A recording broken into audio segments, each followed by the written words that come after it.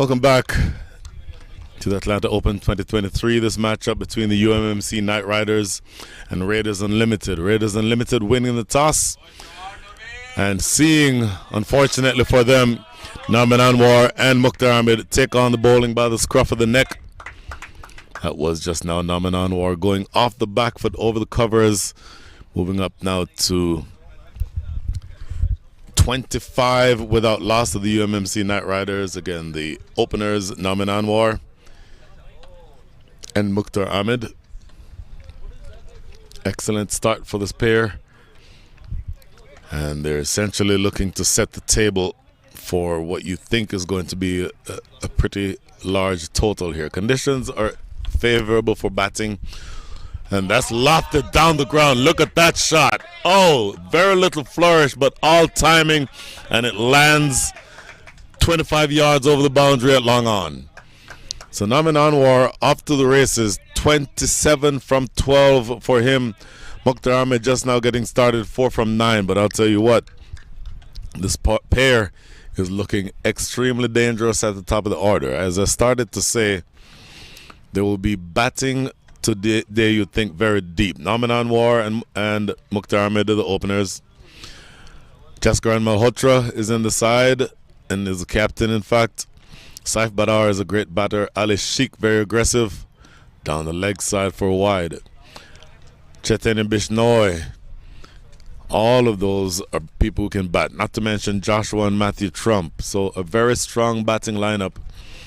And when you start out with as aggressive a partnership as you have at the top of the order here, you can expect that those who come in later can be playing with a certain amount of freedom.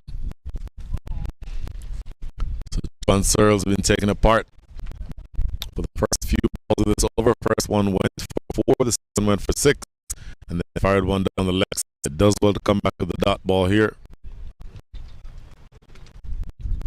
But again, the UMMC Knight Riders are looking very dangerous. Pair of Naman Anwar and Mukhtar Ahmed.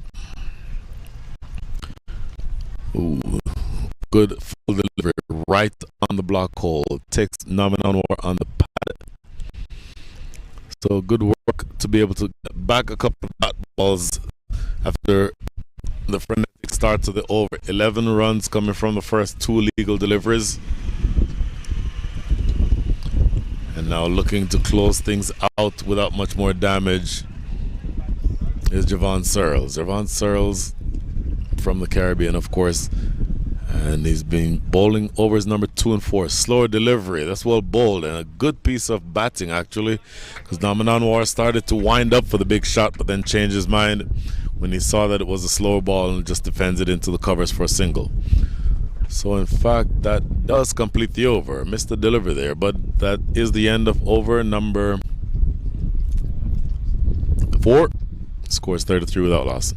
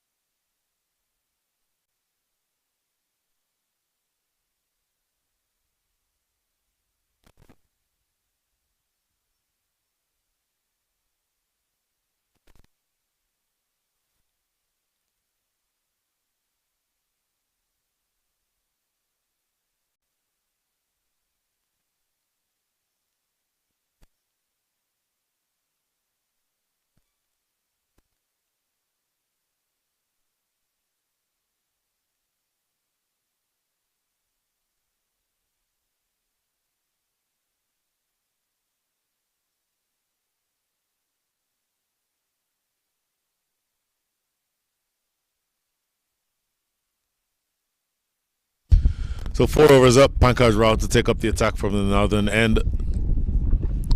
Help down the leg side. Oh my goodness. Took off running. Might have just been in a bit of trouble. There was a bit of hesitation, but fielder short fine leg with the fumble.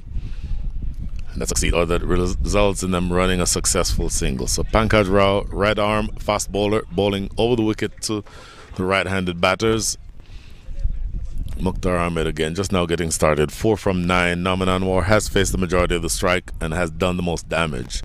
29 from 16 with 1-4 and 3 sixes. Here's Pankaj Rao. Oh, yes, no again, but this time they do well enough to be more decisive to determine that they did not, in fact, have the opportunity for a run. So UMMC Night Riders, based out of Houston, Raiders Unlimited, very talented team. We'll go through the full team listings here in a minute. Maybe we'll do that after this over is done, just so we can get a sense of exactly who we're looking at. There are stars on from top to bottom on both of these lineups. Lofted in the air and taken. It's a good clean catch taken down at long on. Long on coming around and doing enough, staying inside the boundary rope by probably about 3 or 4 yards. So Mukhtar Ahmed with an innings that he'll not be very happy with. Only 4 from 10, lofting that one down the ground, perhaps feeling some pressure from his partner getting away as easily as he had, and then him being stuck in first gear. Unfortunately, lofts one down the throat of long on. So the first wicket falls. 4 runs to Mukhtar Ahmed, but he's done. Looking at this replay again, that's just the ball lofted down the ground and not really getting much control over that one, and a pretty clean catch taken in the deep. So first wicket going down, and I think you'll see that even though, as I mentioned, this team or this team bats very deep, that is going to be coming into the wicket now. Joshua Trump, one of the leading batters in all of minor leagues this season and the leading batter for the Houston Hurricanes in the Central Division of the minor leagues, is coming into bat now. I think with, if not necessarily a certain amount of aggression, he can certainly feel free to play more freely. From that, I mean, he does not have the pressure that he did batting with Houston. When he batted with Houston, a batting lineup was not as strong as, for example, this current lineup. And so even if you fail at this point in the lineup, you still have several other batters to come after you. So that, in many ways, I would think would liberate him to some extent, Joshua Trump. And so we'll see exactly how they do here the rest of the way. But my sense is that he will be in what I believe are good batting conditions. Very easy or very difficult to dismiss. So Pankaj Rao immediately taking a wicket upon his introduction to the attack. And now again he'll be bowling to Joshua Trump.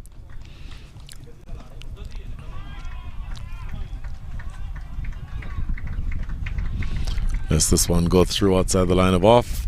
It's a good line actually, just on that 4th stump line. Joshua Trump choosing to just have a couple looks at these delivers first before to his craft. Pankaj Rao, 4 delivers bowled so far, has conceded 1 run and has taken 1 wicket. So successful introduction into the attack for him, replacing Nash Kenjige, who opened the bowling but got taken for a few runs in his second over, 15 of them in all.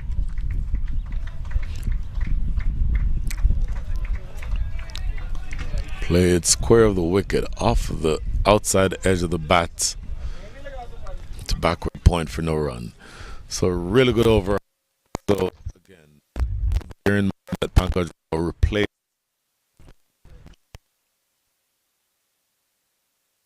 Kenjige in the bowling this time with a spin, and Nash Kenjige did very well. The over only went for 2. Second over got taken apart for 15. So change was made.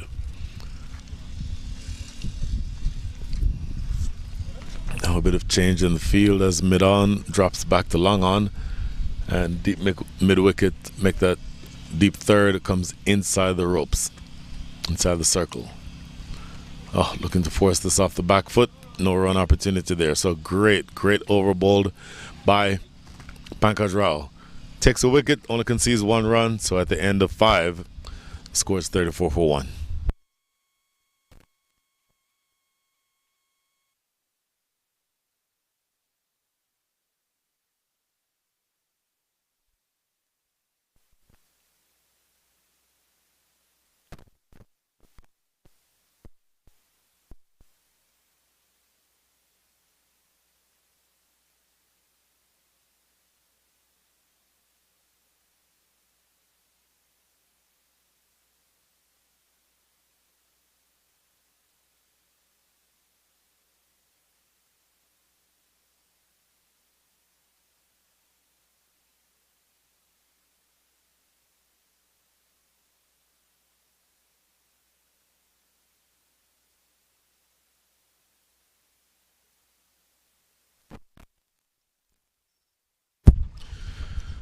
So a change in the bowling attack from the southern end as well. Change from 2 ends, and it is Captain Calvin Savage who brings himself on.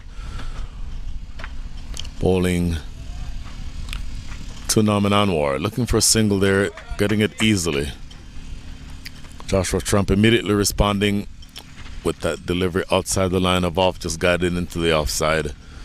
And a pretty easy single presents itself. So Calvin Savage starts off well here.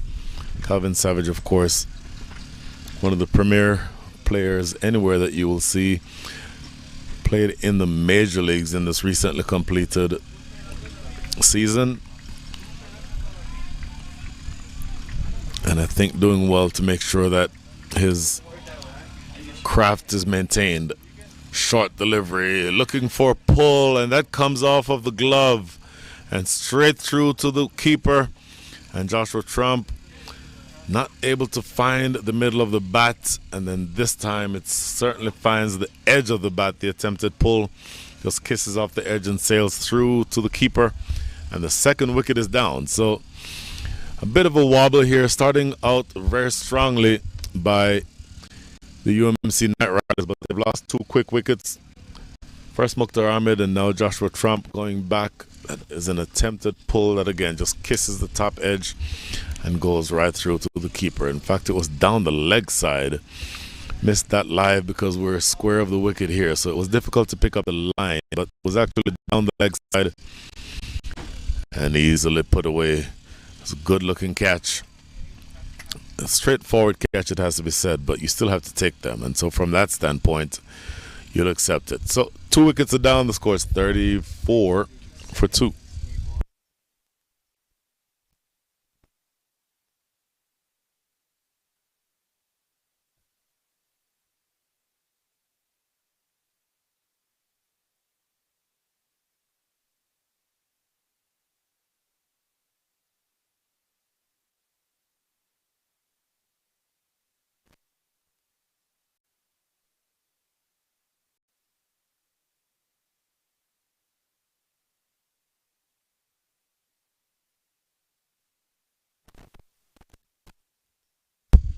Jaskaran Malhotra into the attack, immediately getting one going down the leg side.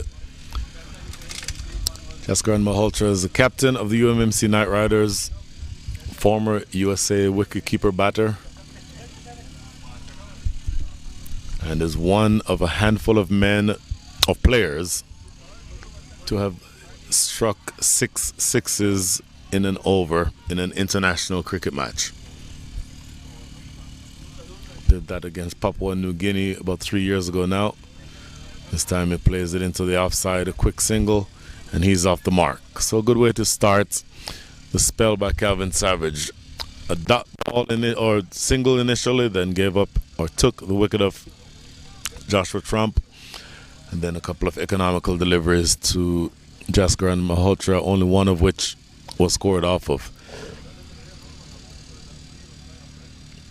So struggling a little bit now are the UMMC Night Riders, looking to rebuild after what was a frenetic start, mostly offered by Norman Anwar. Again down the leg side, Calvin Savage is bowling with good pace, good carry, but a little wayward in the line. Even the ball that took a wicket was down the leg side, so you'll have to fix that We'll get through the details of the rest of the scorecard shortly. Again, I mentioned that I was going to describe the teams, at least list all of the members of these teams, because both of them are very, very good. And yes, again, it goes down the leg side, so definitely has some correcting to do here, Calvin Savage.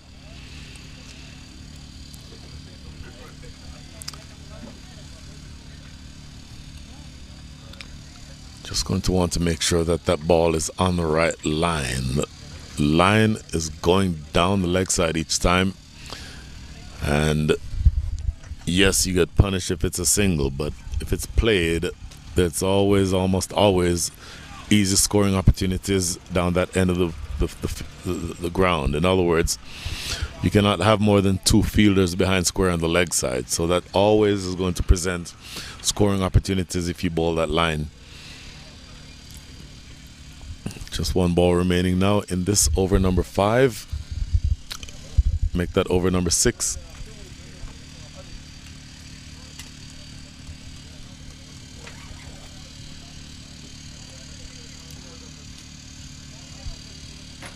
Here he is again. That's a single. And in fact, one more ball. My apologies.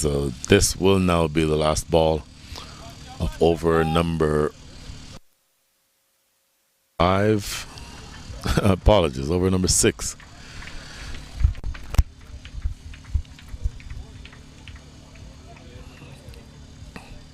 Brings Jasker Malhotra back on strike.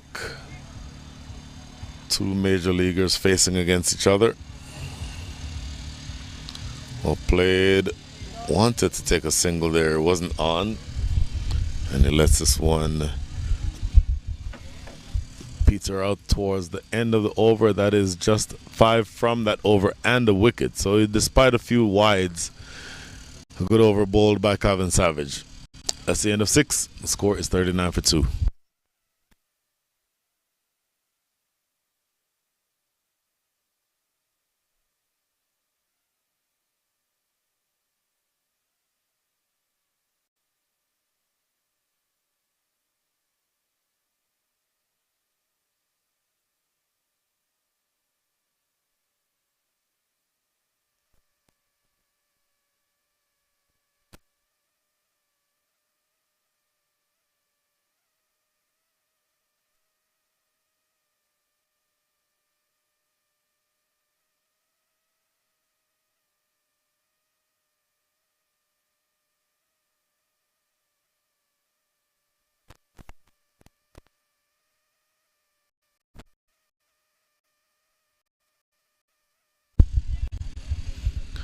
So after successful first over, Pankaj Rao to continue bowling from the north end.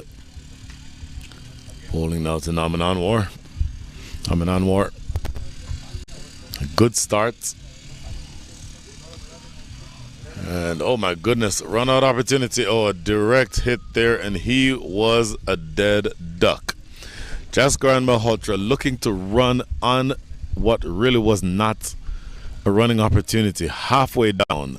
Literally halfway down, and picked up at mid-wicket and tried to get back, but essentially gave up because he knew that there was no way a slide or anything else would have saved him.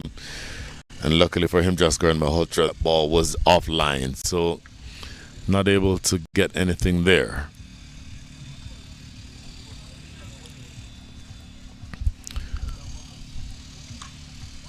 This is a better scoring opportunity. Just playing it back down the ground and getting a single. So you're doing okay if you're the Knight Riders. You've started out at the rate of 6.47. You don't necessarily love the 2 wickets that you've lost, but you bat pretty deep. So you are probably accepting of a situation in which you find yourself. On the other hand, the Raiders Unlimited, having chosen to bowl first, will be looking to make further inroads. And just a bit of a delay here. Just umpire Brian Kane standing at the northern end, just telling these players that they needed to keep the game going. Now, with regard to the players on this side, the UMMC Night Riders feature Naman Anwar, Mukhtar Ahmed, Joshua Trump, Jaskaran Malhotra, Mohamed Mohsin, former another major leaguer, Saif Badar, Ali Sheikh, number one for me fielder inside the entire country, and a major leaguer, Chaitanya Bishnoi, major leaguer, Mehdi Hassan, Carmel Rue, major leaguer, Shubham Ranjani, major leaguer. So there's a loaded scorecard of names. And then we'll get to the rest of the players. In fact, let's go through the squad for the Raiders Unlimited. Akarshit Gomel, Calvin Savage, major leaguer, Gajanan Singh, major leaguer, Hamza Tariq, former Canadian international, Javon Searles from the West Indies, Nitish Kumar, former Canadian international, Nosh Kenjige, major leaguer, Pankaj Rao, Ravjinder Pal Singh, Sujit Gowda, and Sunny Patel. So good, absolutely loaded talent on both sides. And as I mentioned, even though a couple of wickets have fallen, I don't know that the Night Riders will be very bothered with that because they bat very deep down the order, all the way down to number 9. So something to pay attention to the rest of the way. Jaskar and Malhotra now 1 from 3 balls facing up to Pankaj Rao. Another dot ball. So good start to the spell for Pankaj Rao. 1.4 overs, 1 for 2. Bowling really, really well. Finding the ball on that right line and that right length. And to whatever extent he can, you get the sense that he's able to continue building that type of pressure. And yes, it's a deep batting lineup, and they bat well and they bat long, but you can still build pressure on a side like this. And that's the type of pressure that eventually can lead to wickets. Help down the leg side, should just be a single. Jaskar and Malhotra sprinting that first one hard the way the coaches tell you to, but I don't think there's any realistic way of that being anything other than a single. So last ball coming up now of over number 7. We're out of the power play, so the field can be a lot more spread. And in fact, now you see down here on the boundary in front of us is Sujit Gowda, whose team, the Dallas Mustangs, just completed a convincing victory in the finals of the Major League Cricket Tournament. Not Major League, I'm sorry, Minor League Cricket Tournament last Sunday night. Here is the last delivery. Norman Anwar, who is also a member of that team, gets a single down here to finish things in over number 7. That is the end of 7. Scores 4-3 for 2.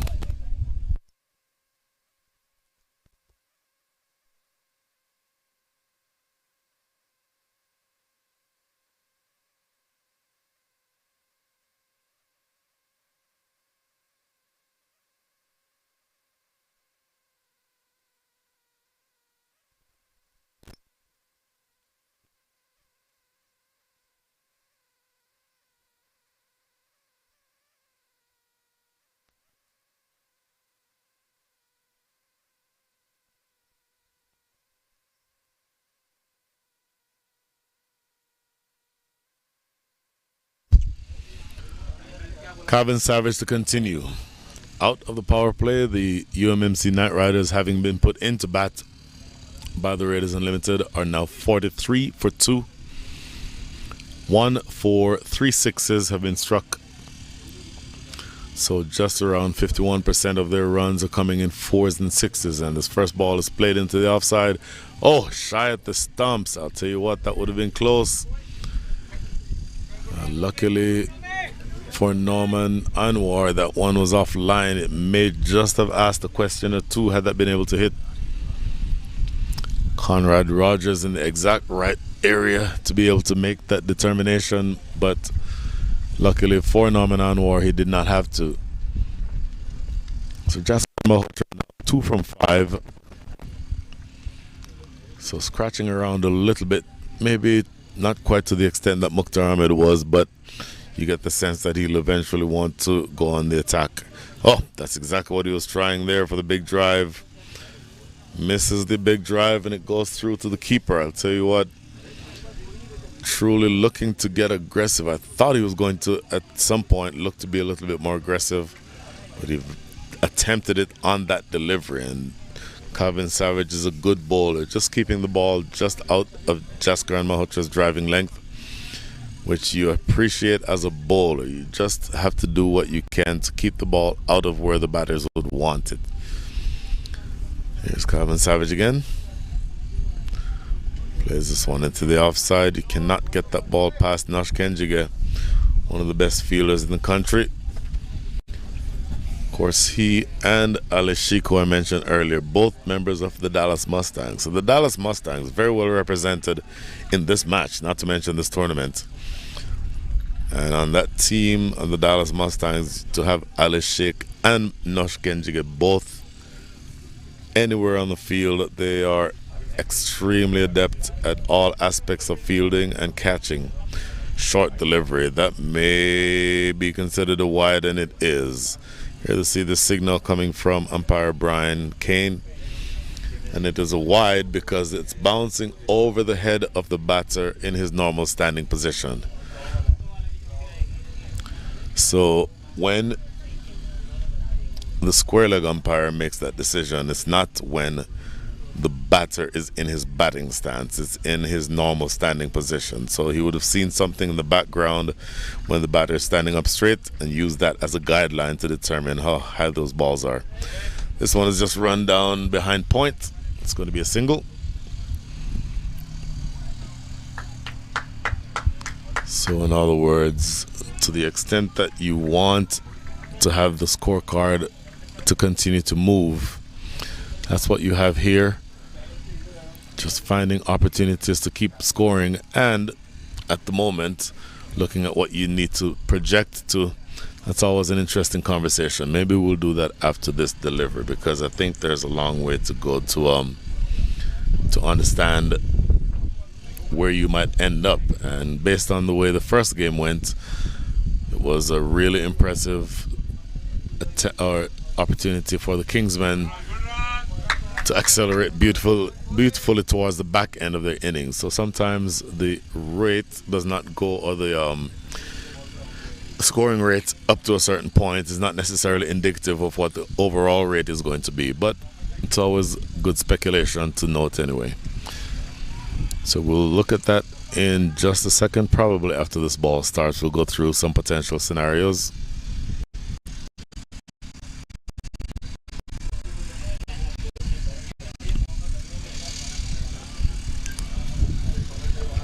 So just one ball remaining here in over number 8. The scoring rate is exactly a run a ball 6. A run a ball obviously gets you to 120. Down the leg side, yet another wide. So a run a ball gets you to 120.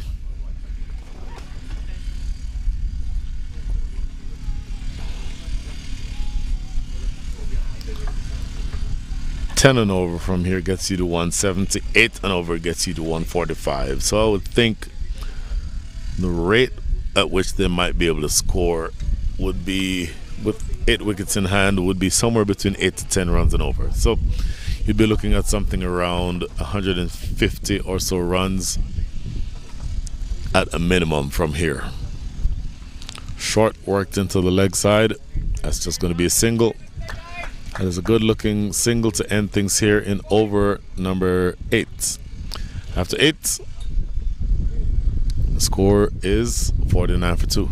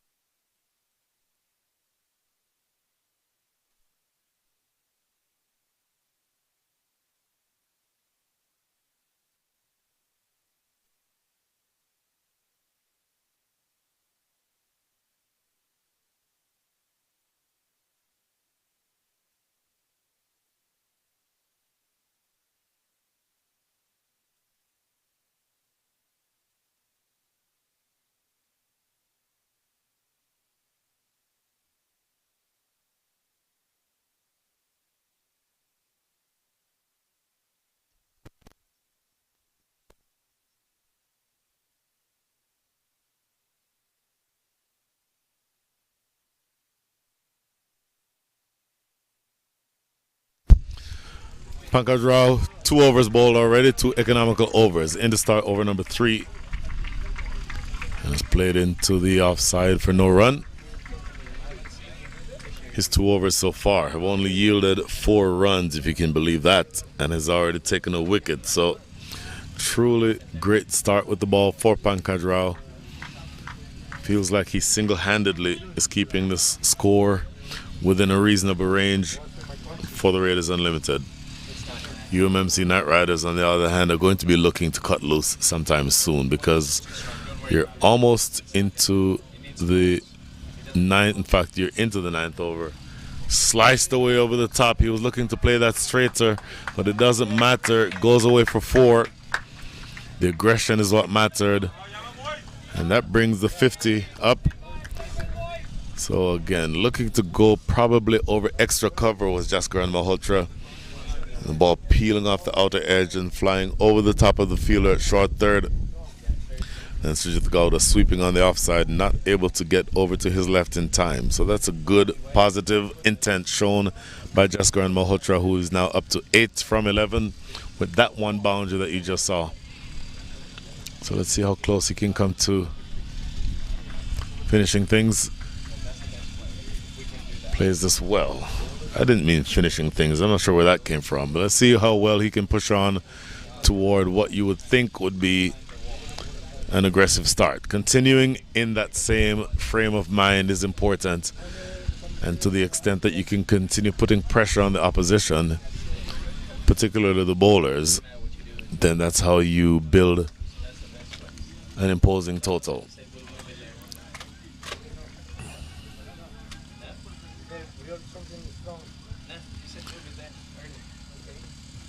Dropping a run, good looking. Oh my goodness, Nash Kenjiga frequently hits from there. And Norman Anwar may have done something here. No, I think it's going to be okay. Of course, Norman Anwar and Nash Kenjiga are teammates on the Dallas Mustangs, but little friendly fire taking that time. Norman Anwar having to reach out and put in the dive to make sure that he got back across the line on time. Jaskaran Malhotra just checking with his opening batter now to make sure that everything is okay, because he went down very awkwardly. Just looking at that slide, not the most elegant of slides. Typically you slide fully stretched out. This time Norman Anwar actually sliding with his pad sort of being stuck into the ground. So not exactly sure if he did much damage, but I'm assuming that that's where that sort of delivery might have been something that would have caused him some difficulty. But he seems to be okay and about to keep going. 35 from 24 Norman Anwar, 1 4 and 3 sixes. Jaskaran Malhotra 9 from 13.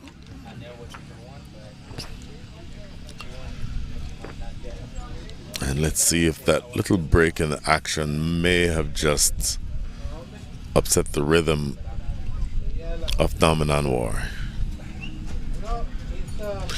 Goes big, does not affect anything at all. It goes all the way over cow corner for 6.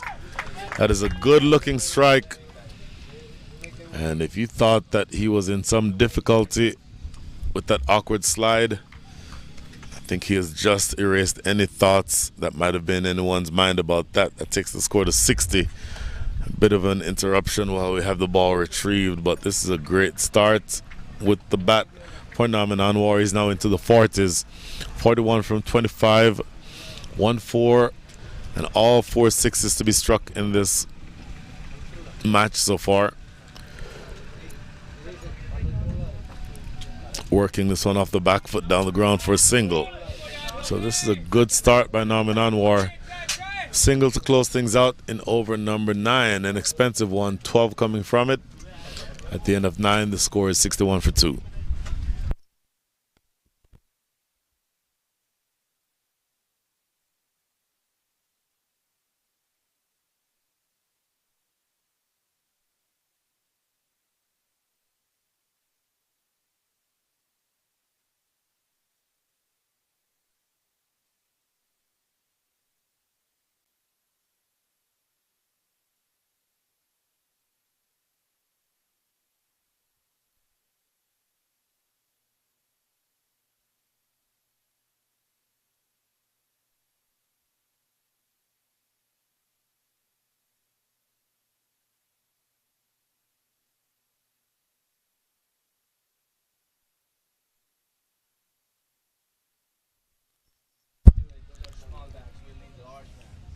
So after 2 overs, Calvin Savage takes himself off. His 2 overs generally very good. Calvin Savage essentially going at a run of ball. 2 overs, 1 for 12. Took the wicket of Joshua Trump. But now the bowling is now going to be Sunny Patel bowling from the southern end.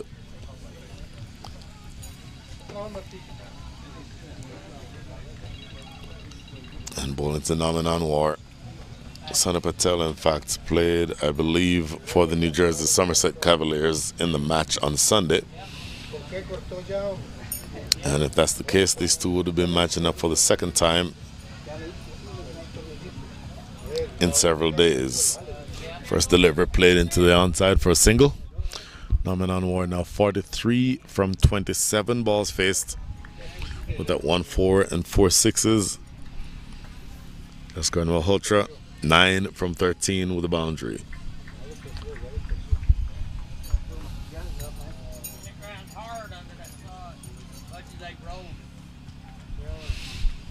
Here's Jaskar Malhotra. It's a good length on that delivery. Not too short, not too full, and pushed through a lot flatter than you'd ordinarily expect from a leg spinner. Here's again. Good length again. So expert bowling here. And I think you'll see that Naman Anwar, even though he's been there for a while, 43 from 27 with 1-4 and 4 sixes, might not want to be tied down. But it has to be said, Sunny Patel is bowling a really good length and a really good line. Just forcing the batters to play the ball down the ground, which is what you want from your spinners.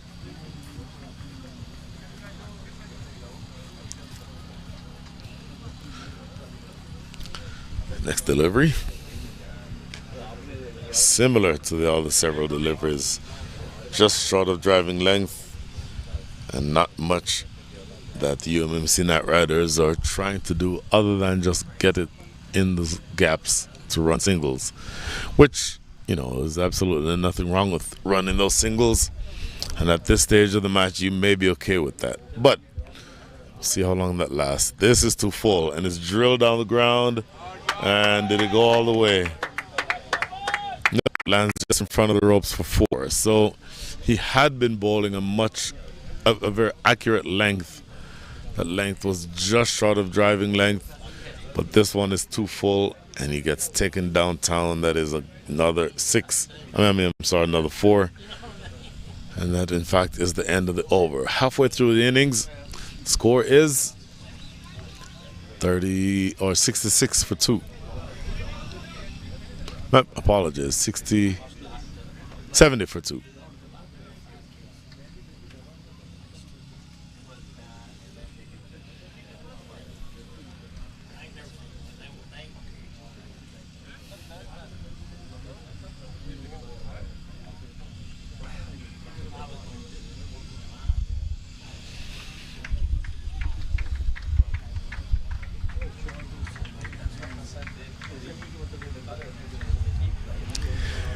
So 70 for 2 is the score. After 10, you're halfway through the innings.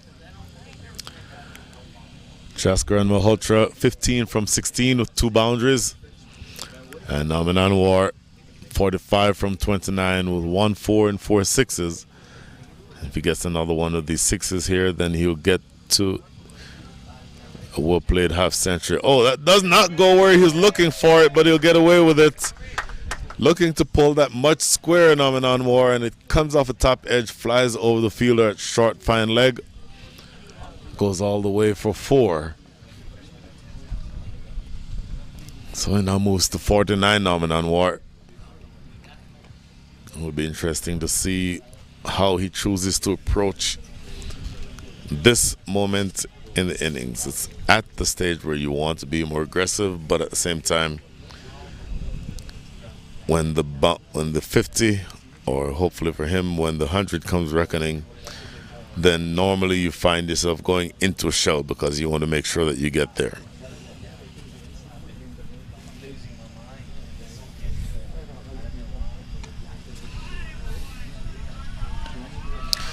Oh, well played and well fielded. Again, talking about how Nash Kenjige is an excellent fielder anywhere on the field, but particularly at that backward point position. Saw evidence of it there.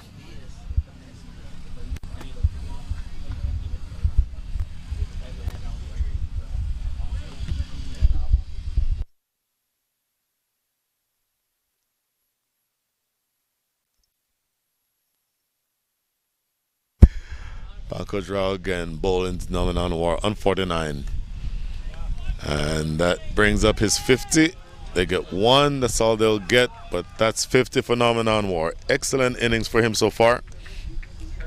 50 from 32 balls faced with 2 fours and 4 sixes. And he has set the table for what one might think would be a launch toward the back end of this innings by the UMMC Knight Riders. Now Jaskaran Malhotra is on strike. And looking at the other batters to come, would be next. I think that would be Ali Sheikh. And then, of course, Matthew Trump is still there. So a lot of batting still to come. Pay attention to who comes. Oh, look at that strike down the ground that goes all the way for 6. What a lovely strike. Straight down the ground. That's Grandin Malhotra hitting that one as straight as you like. It is generally safe to hit in that area of the ground because there is no fielder allowed deep inside in the eye line of the batters. But it didn't matter, one thinks, how straight or not that was because it went all the way for 6. And even if there had been a fielder there, I don't think he'd have been able to get that. So 2 balls remaining now in over number 11. Pankaj Rao bowled his first 2 overs, only went for 4. But this over, he's being treated rudely. 11 from it already with 2 to come. Well played. Just defended in front of the stumps for no run. It's a good comeback delivered too. Not quite as full as the previous one. Pulling it just a little bit back.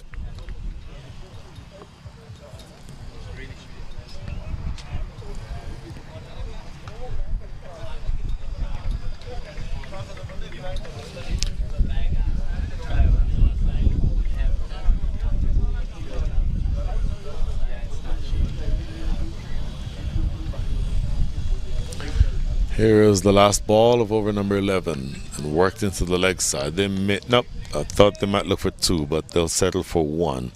So good productive over for the UMMC Knight Riders. 12 runs coming from it. At the end of 12, the score is 82 for 2.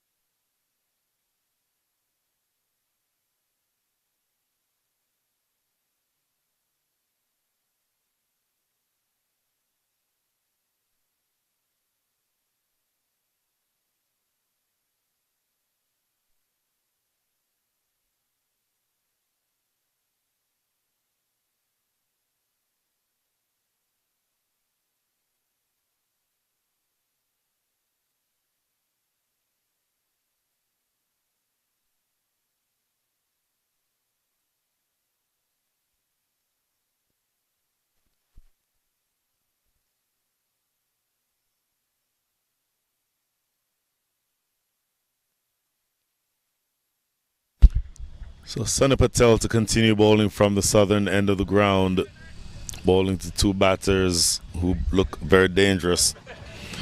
Jaskaran Malhotra is on 22 from 19 with 2 fours and a 6. Naman Anwar,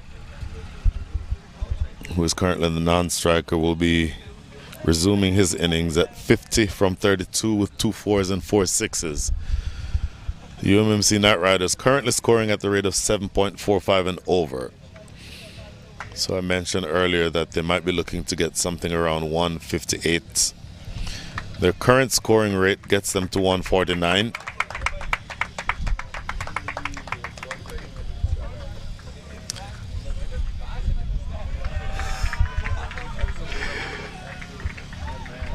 Eight and over gets them to 154. 9 and over gets them to 163. 10 and over gets them to 172. So it gives you a sense of where they may end up. Sonny Patel is a good bowler, good leg spinner, and he has been able to generate a fair amount of turn generally. But the issue is that he continues to bowl a very good length, just keeping the ball out of the hitting zone, except for that one. That's too full. But it's straight down the lap of Long On. I'll tell you what, that ball was struck firmly, right down the ground. It was full, so it was there to be hit. Nominan were not quite getting the elevation that he wanted and only succeeding in picking out Long On. So that is a good way to close things out. In fact, not close things out, but a good way to take the wicket. The reaction of Nominan War seems to suggest that he should have been able to do more with that ball than he ended up doing, but none of that matters now. That is another wicket that goes down. 3 wickets down now. And that is the end of Nominan War. Had a very good day with the bat. 50 from 33 balls faced with 2 fours and 4 sixes. And as I suspected, the next batter in is Saif Badar. Saif Badar, in this past season for the Houston Hurricanes, batted well in that tournament, was the backbone, if not the highest scorer for Houston in many of those matches. And as I mentioned earlier, Joshua Trump would have been the batter who had the highest aggregate number of runs for the year. But Saif Badar is also a very good batter, and he did tend to steady the ship on the occasions where Joshua Trump was able to, or was unfortunately dismissed early. So it's going to be interesting to see how quickly they can rebuild. Jaskaran Malhotra, now the senior partner at the wicket, joined by Saif Badar.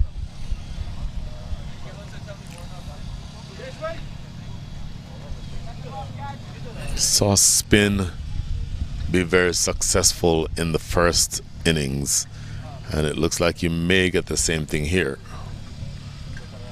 Saif Badar looking for a cheap single, but it would not be a good idea to try to run that single to Nosh Kenjige.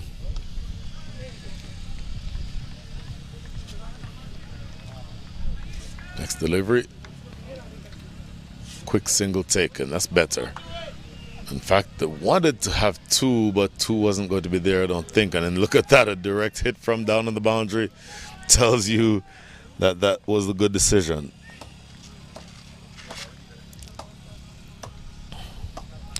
Two balls remaining in over number 12.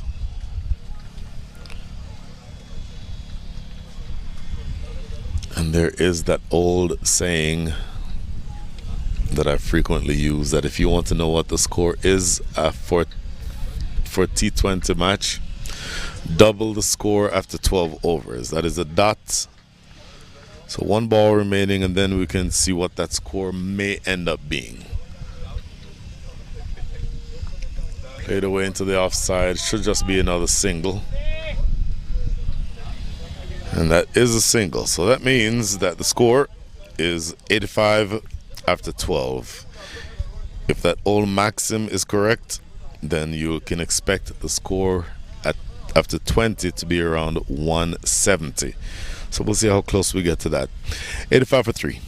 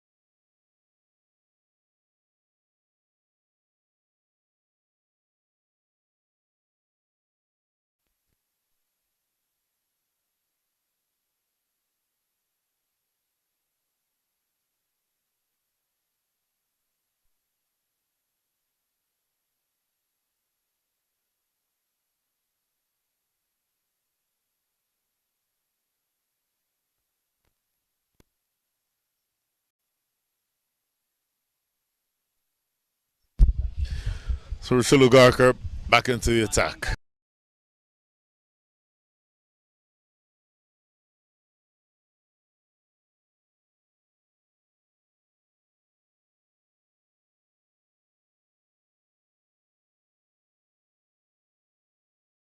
So probably something that he's been able to pick up, wanting to make sure that that type of shot doesn't result in any runs. It's not a bad option. Fine leg is inside the circle, so anything over his head runs away for 4. Slip, not in position, or at least not tall enough. That thick top edge flies away over the slip's cordon and goes away for 4. And that brings up the 100. Jaskar and Malhotra right in position to make sure that that ball did not cause much damage. And I'll tell you what, looking at where we are now, the score is now 103 for 3.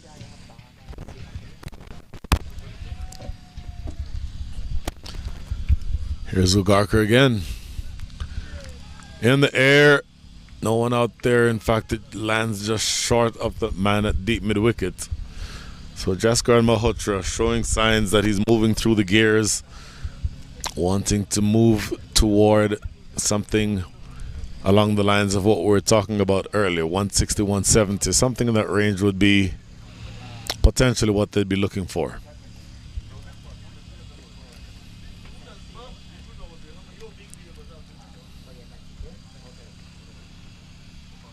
Here's Rushilu Garker again. Good run. Oh, a lot closer than you thought it would be. It was a clean pickup and clean throw, but missing the stumps and just getting, I think Jaskar Malhotra would have been safe. But anyway, so we're down to the last 32 balls of this innings, 105 runs on the board, 3 wickets down, so you have 7 in hand. Your batting lineup is pretty deep. Expect for this pair to keep going. And this is a big swipe and a miss. 1 ball remaining here in over number 15. Rushilu Garker knows that Jaskar and Malhotra is looking to attack him. And his role, his job is going to be to keep the ball out of the hitting zone.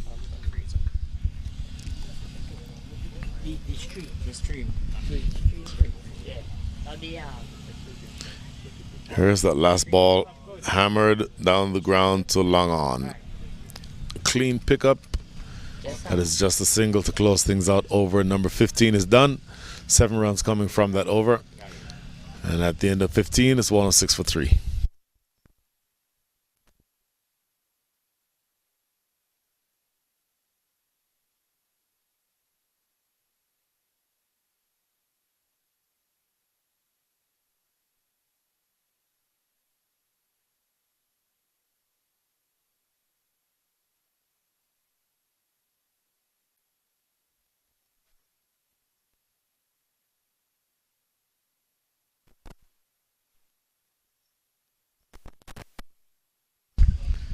Okay, so you brought back Nosh Kenjige, bowled 2 overs up front. First over conceded 2 runs, but then the next over after that conceded 15. But Nosh Kenjige is one of the smartest, most intelligent, most wily bowlers that you'll ever see anywhere. Bowled and played at a very high level for a very long time. The member of the U.S. national team for a number of years. Played for the Dallas Mustangs this past minor league season and played for MI New York. But whether MI New York or the Dallas Mustangs, that's not the type of delivery that will cause much trouble for Jaskar and Malhotra. Short and just hammered down the ground straight. He really could have hit that anywhere he wanted to Jaskar Malhotra. And the ball goes away straight for 4. So that projected score that we talked about, it is now at this current rate, he'll get to 145, but you'll have to think that he's looking to get much more than that. Jaskar and Malhotra, and Nosh Kenjige, teammates for the US for many years, now matched up against each other. So you know each of them knows the other's game. Off the back foot, what a shot that is. What a brilliant strike. Off the back foot, forces that through extra cover for yet another boundary. That is a truly spectacular looking shot by Jaskaran Malhotra. And he now moves into the 40s as well. 41 from 35 with 5 fours and a 6.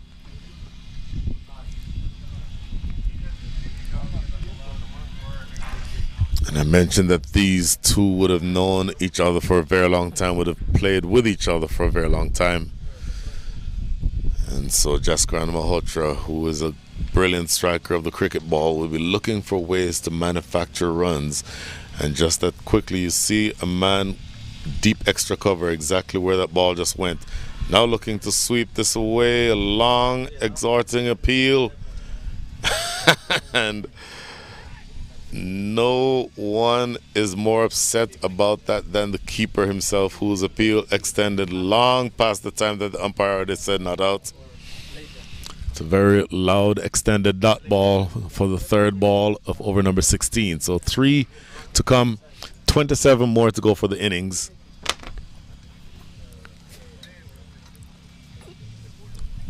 Plays off the back foot, quick single. Do they want 2? Do they want 2? They are coming back for 2, and they'll get there easily.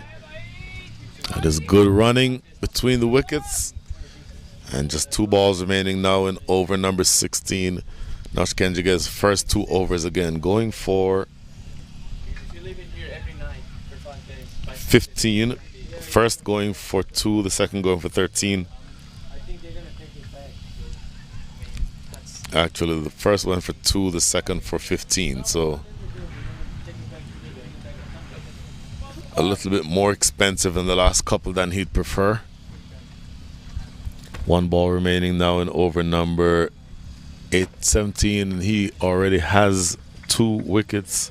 I'm sorry, he has already conceded 28 runs. And Jaskaran Malhotra taking a toll of Nosh Kenjige so far. This is Saf Badar. Good piece of fielding in the deep, but they cannot prevent a single. An expensive over again. 12 coming from it. At the end of 16, the score is 118 for 3.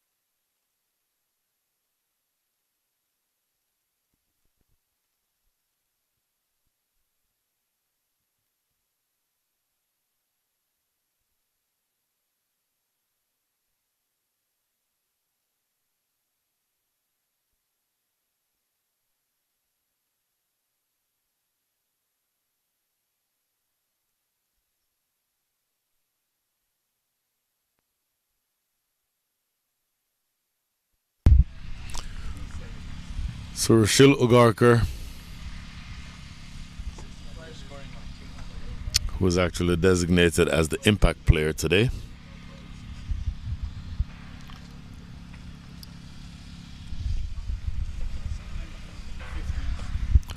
looking at the ball now to Saif Badar. Saif Badar, 14 from 10 with 1 4 and 1 6. Jaskaran Malhotra at the other end, 44 from 38. Lofted deep over cow corner for 6. That is a good strike from Saif Badar. Immediately putting Rashil Ugarkar on the back foot. Anytime you start an over with such a strike, then you immediately take control of that over. And of course, only given that you have only another 23 balls to go, you can expect that they'll want more out of this over than that one.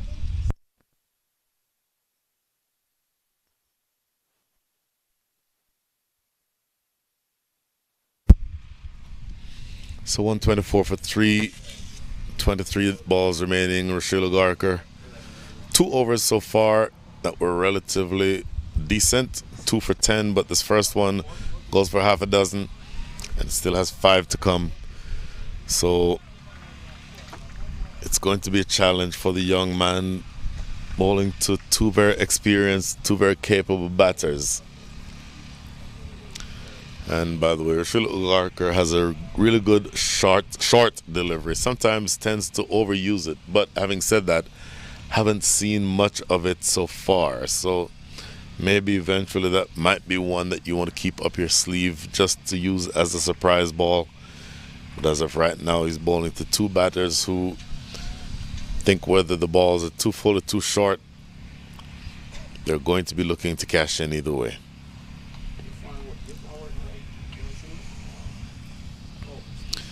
So ready again, and here comes Ugarkar. In the air, he may get away with this, or no, he won't. Oh, yes, he will. It was put down. Calvin Savage can take that catch 99 times out of 100. The one time in 100 that he would have dropped it is what you just saw. Lofted off a thick outside edge, stayed in the air appreciably long enough for him to jog the few yards to his right to be able to get that. But unfortunately for him, having it spill, certainly got there and was once again not a very difficult catch, one that you would think that a major leaguer would take just about every time, and I think he takes that just about every time. That just is the one time that he would have dropped it. Skied, oh my goodness, where is that gone? Oh, it's on the street. It has cleared the street and it goes for 6. That gets Jaskaran to his 50. Oh my goodness, that is a gigantic strike. In the distance, you probably see cars driving. So the boundary is about 70 yards. There's another 20 yards or so to the street. And then the street, which is, again, probably 8 or 9 yards across. And across, it crossed all of that and ends up in a building or in the parking lot of a building over the other way. So probably a good 105 yards is where that ball traveled.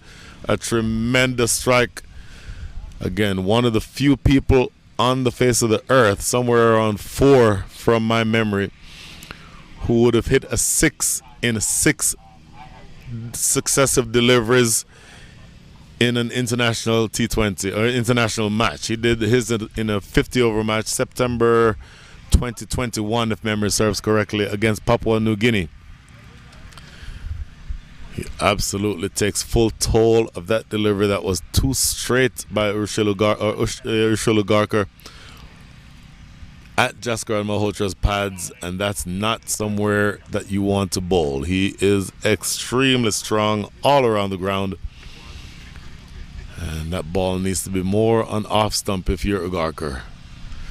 Oh, there he goes again. That's 6 more. Sailing over long on. And unfortunately, we're going to have another delay because the captain is in a hitting mood. He has gone now for 18. In fact, 18 runs from 19 from the over so far. 7 of them came off of the bat of Saif Badar. The last 12 have come from Jaskaran Malhotra with those 2 big strikes that you just saw. And so Rochelle Ugarkar, unfortunately for him, is going for a few runs here. Jaskaran muscling that ball right down the ground. And once again, a bit of a delay while that ball has to be retrieved. We're down to our last 20 deliveries. But if Jaskaran keeps striking the ball like he is, then we're probably looking at something well north of that 170 number that we talked about earlier. So Rochelle Ugarkar, I guess you just have to tell yourself, you know what, international bowlers have been treated exactly as badly as this, so I can't feel too bad about this. But he's definitely up against a big striker of the ball here. Stroked into the extra cover area, this time just a single. Good piece of fielding. In fact, a pretty straightforward chance, but you still have to field it. So that was a good piece of fielding out there on the boundary. One ball remaining here in over number 18 and 17, my apologies, but already have 20 runs coming from that over. Here's the last ball. Full and too wide. Umpire Brian Kane does not like that one. He'll have to re-bowl that Rashid Garker. I don't mind going full and wide. Actually, that's not a bad option with deep third in position. But that wide can't be too far outside the line of off stump that the umpire thinks that it does not present a proper scoring opportunity for the batter. So that generally is the guideline, and those lines next to the pitch essentially what gives you the opportunity. Sliced away. Oh, what a catch. Well, he threw it back in, so the batter is not going to be dismissed, but it's a great piece of fielding. Oh, and that was almost a direct hit.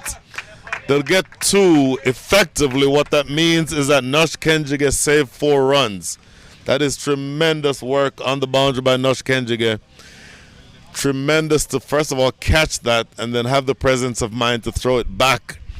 So the batter is not dismissed, but he does save 4 runs for his side. Nevertheless, 23 coming from that over. At the end of 17, the score is 141 for 3.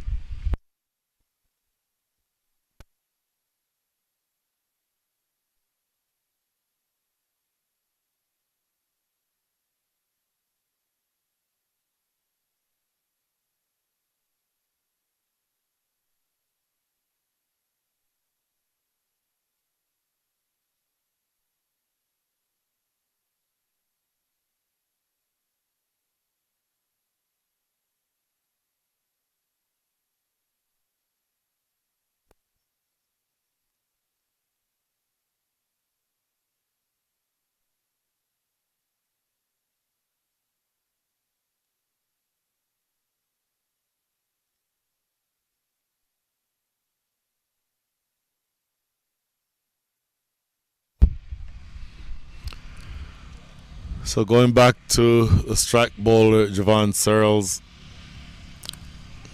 2 overs bowled earlier on, bowled overs number 2 and 4, 2 for 16, or none for 16 from 2 overs. Oh, appeal there. The one person who appealed was the keeper. And just for a split second, you saw umpire Conrad Rogers flinch his right arm, choosing to keep that hand down eventually. So precious dot ball to start things here over number 18. Down to 17 deliveries left in this innings. Javon Searles, you would think, might bowl overs 18 and 20. Lofted but catchable, long run, and my goodness, stays in the air for a while but evades the fielder coming in from deep square leg. Ball stayed in the air for an eternity. Sujith Gowda sprinting in but could not quite get there. And that is another 2 runs. So we'll see exactly where they end up here. Again, they're on. In fact, they only ran 1. No, they did run 2. So we'll see where they end up. Currently scoring at the rate of 8.25. That projects to 165. I think they'll be looking for more than that. Javon Searles now bowling his 2nd over. Make that his 3rd over. 2.1 overs, none for 18 so far for him. And Jaskaran Malhotra has full license. Short and hammered for 6. My goodness. It goes all the way. That's a real drag down delivery. And you hear the clean sound of that ball coming off of the bat. As Jaskaran Malhotra now moves into the 60s, up to 65 from 44 balls faced with 5 4s and 4 6s. And I don't mind the angle from around the wicket, but that type of length to Jaskaran Malhotra is not going to trouble him at all. Lofted. This is catchable.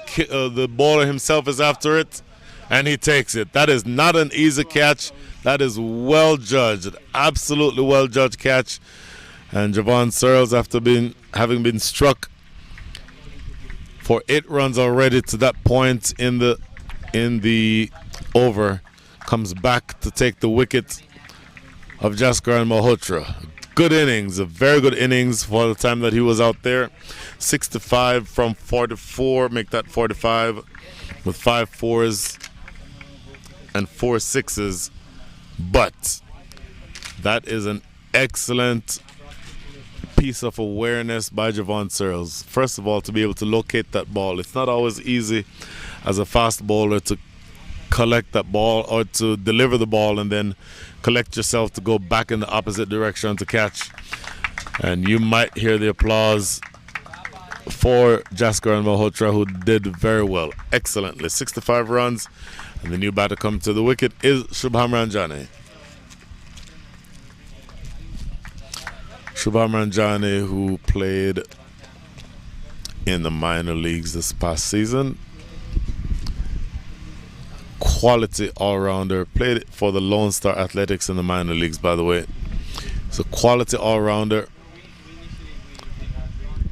Quality fast bowler. Opens the bowling. Swings it a fair amount. And then I think you'll see that with the bat, he's not exactly a slouch.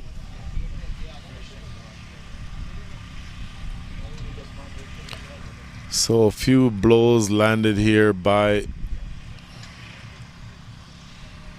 the Raiders Unlimited, but I think you'll see UMMC Night Riders continue pushing on toward what they hope is going to be a big total. Slapped away. This is going to be fielded, though. That is Sujith Gowda. Oh, coming back for the second. That was close, but he made it safely. Good running by Shubham Ranjani.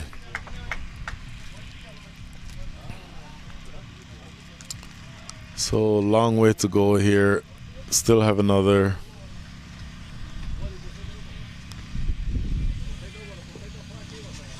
11, make that 13 balls to go.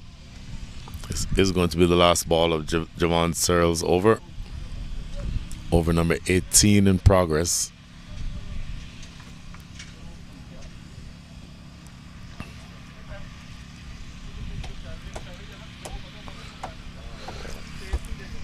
Javon Searles just waiting while Shubham Ranjani does a little bit of repair work to the stumps.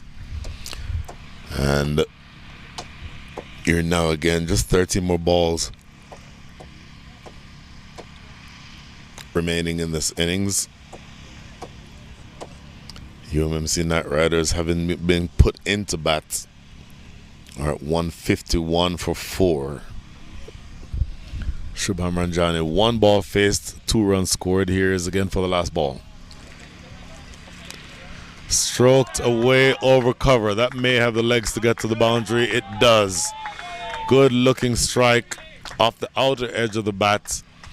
Don't know that he exactly meant it in that direction, but he'll take the runs that he gets from it. 14 runs from the over, 1 wicket. At the end of 18, the score is 155 for 4.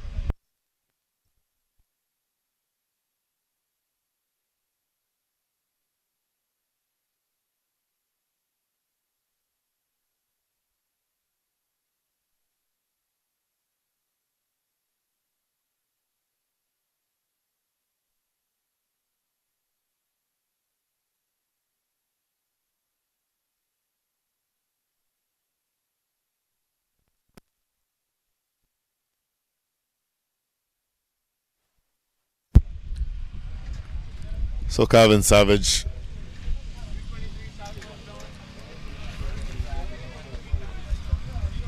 going to be bowling the penultimate over of the innings. And he'll be bowling to Saif Badar, 23 from 13 with 1 4 and 2 sixes. Once again, Saif Badar will have full license here. Only 4 wickets down. And for this stage of the innings, those are numbers that work in your favor, because even if you get out, there are batters to come afterward, and so you can certainly feel the opportunity that you can play with some amount of freedom. And Saif Badar has already been there for a while, so he's well set. And here's Calvin Savage. Looks to whip this around on the leg side. No, it's a wide ball. So it took a while to make up his mind or to want to show it to the scoring side, Brian Kane. But I think what good umpires do in that situation is to wait until the play dies and then give their signal.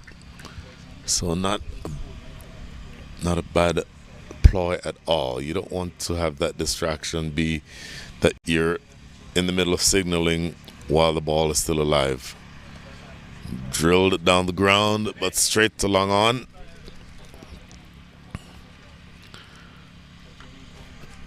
On to the last 11 balls now. 157 runs on the board. Calvin Savage, 2 overs so far, 1 for 13. Make that 2.1 and 1 for 14. And we'll see exactly how this turns out. But you get the sense that Shubham Ranjani, again, who is a brilliant all-rounder, will be looking to take full toll of this situation. Clipped away into mid-wicket. Do they want 2 coming back for the second? That's, it's a good piece of running by Saif Badar. Immediately touching down and sprinting back to make sure that you get the opportunity for the second. Shubham Ranjani played for the Seattle franchise in the minor leagues the past couple of years. This year played for the Lone Star Athletics, if memory serves correctly.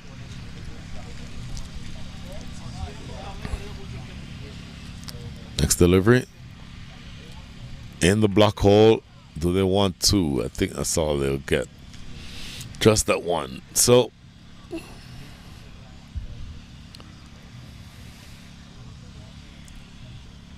it remains to be seen exactly where you end up if you're the UMMC Night Riders, but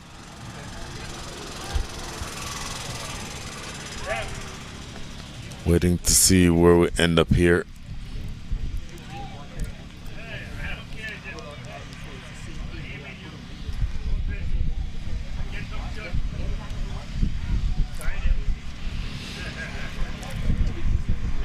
Here's Savage again.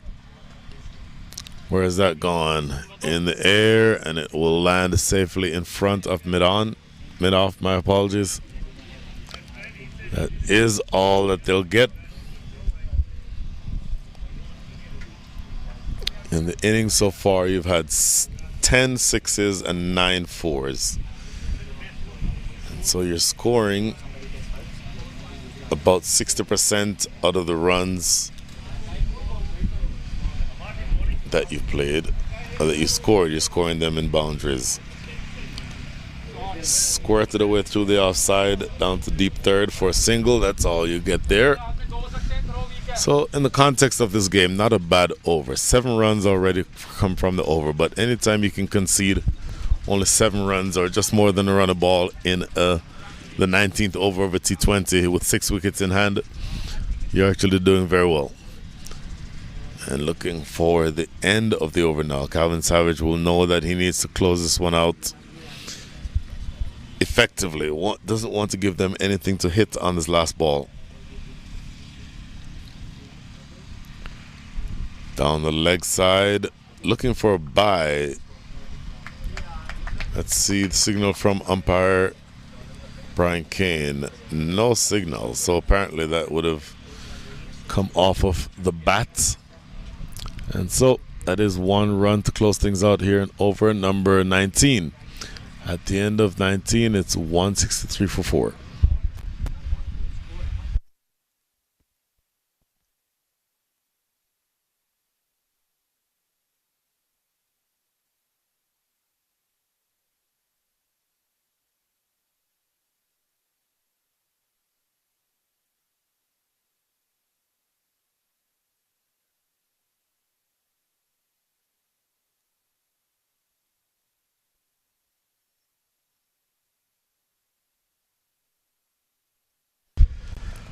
Okay, so the last over, 6 balls to go.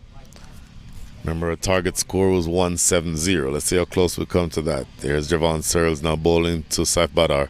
Short. In fact, that was an off-speed bouncer. Coming back for the second one, they'll get that easily. Sujit Gowda coming off the boundary, but no way he was going to be able to stop that. So, 166. Once again, the magic number is 170.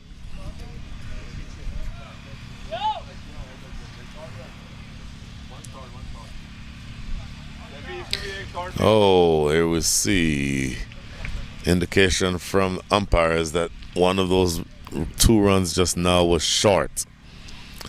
So that is one thing as a batter that you don't ever want to happen. You've already sprinted. You might as well get credit for the runs that you actually ran. So you don't ground the bat behind the line and turn off or take off, looking for a second run. That is how a short run happens. In the air, catchable. Oh my goodness, the fielder and bowler collide. That is a horrible looking collision. Just 1 run, but more importantly, Javon Searles is down. Okay, gets up very gingerly. I think he's going to be okay, but never a good thing to see that happen. A little collision there. Looking at the replay here. Oh, didn't exactly catch when that happened on the replay, but he can consider himself lucky that they did not get into a more difficult collision than they actually did. So it looked ugly, but in the end of it, he appears to be fine. So the last 4 balls coming up now. 166 is the score. And we'll see exactly how close they come to that 170. My sense is they'd want more than 4 runs from these next 4 balls.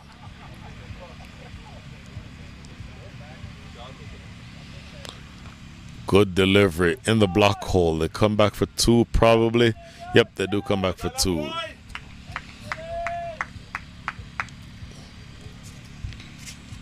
So the last 3 balls in this innings.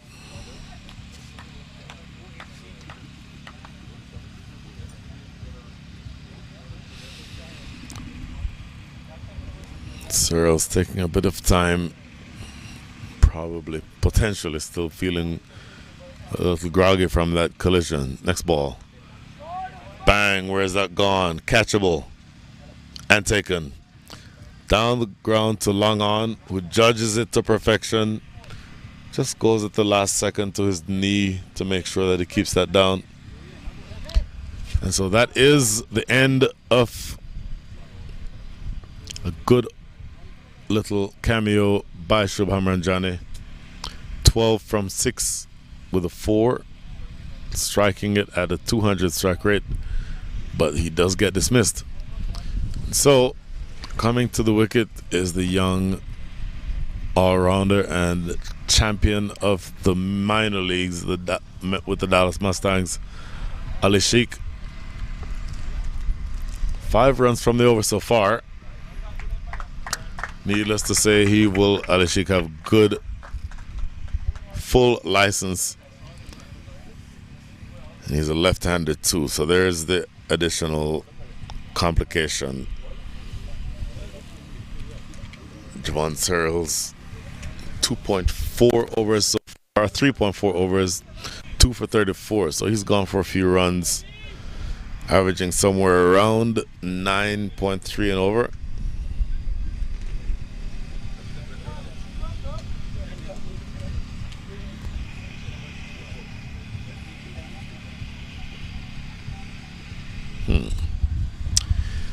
So just taking a little bit of time to get settled here, Ali Sheikh.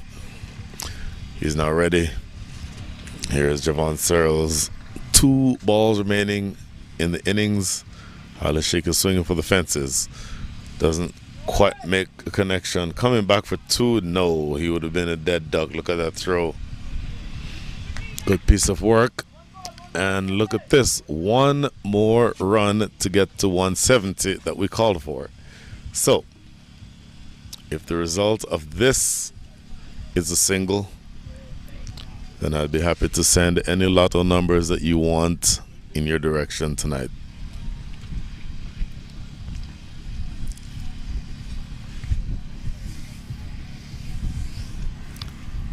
Siobhan Searles just making sure that everyone is set properly on this last ball.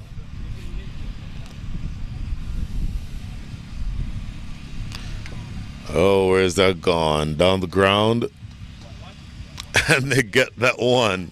So you end up exactly at 170. Just as predicted. And so good innings by the UMMC Knight Riders. Let's go through their full scorecard. Naman Anwar, 50 from 33 with 2 fours and 4 sixes. Mukhtar Ahmed, 4 from 11. Joshua Trump did not trouble the scorers. Jaskar Malhotra, captain and keeper, 65 from 45, 5 fours and 4 sixes. Saif Badar, 28 from 19, 1 4. And in fact, note that last ball was given as an LBW. I missed that. My apologies. So 169 is what the final score is actually. Anyway, so Saif Badar, 28 from 19, 1 4 and 2 sixes. Shubham Ranjane, 12 from 7 with a 4. And Ali Sheikh scored off of the one ball that he received. So that is the end of the innings. 169 for 6 is the final score. It does mean that in order to win, the Rays Unlimited will have to score 170. And again, there's a couple of different scores that are floating around here. Let's go with what's on your screen. 168 for 6 is the final score. And that means that you'd need 169 to win if you're the Raiders Unlimited. We'll come back for that chase shortly. See you soon.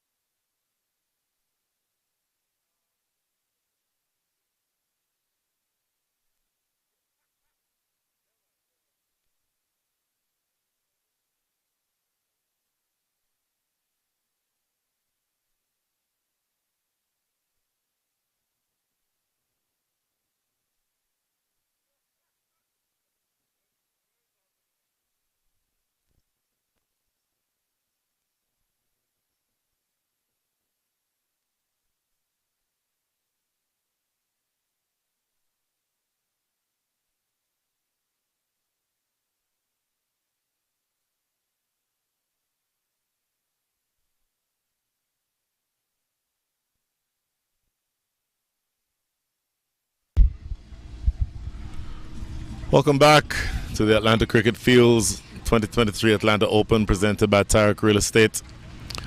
First inning score by the UMMC Knight Riders saw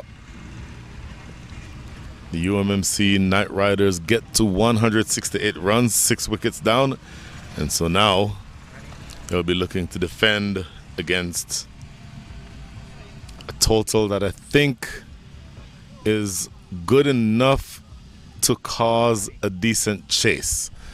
And by the way, my apologies, we do not seem to have a picture for you. We'll describe it as much as we can until the picture comes back. Opening batters are Nitish Kumar and Akarshit Gomel, and the spin bowling of Mehdi Hassan is who you have at the top of the order.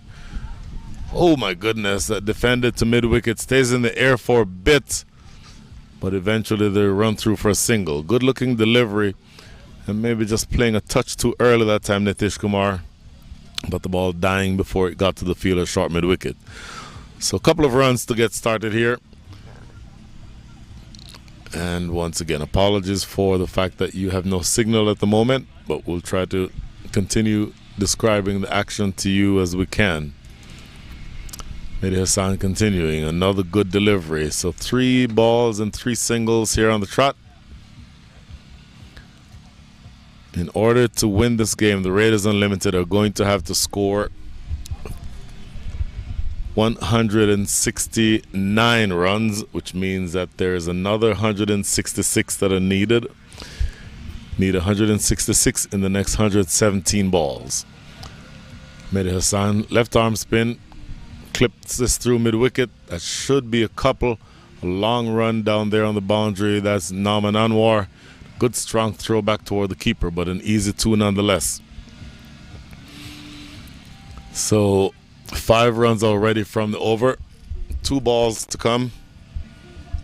And if you're bowling a spinner inside the power play overs, that spinner generally has good control. The other element is that these are 2 right-handed hitters.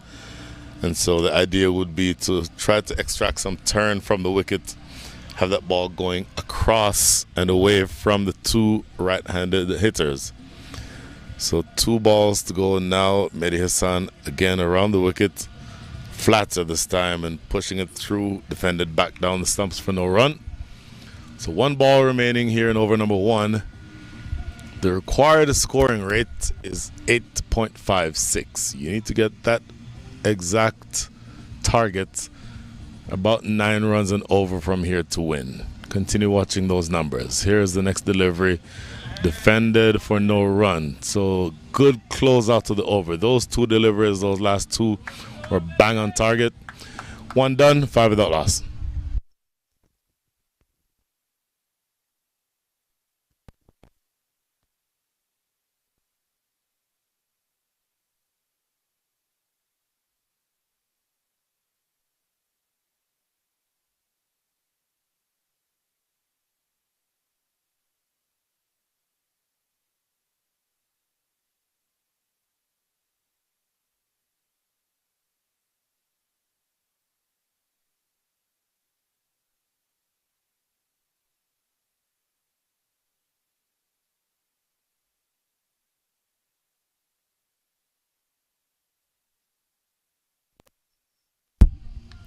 So a number of left-handed bowling options in the lineup for the UMMC Knight Riders.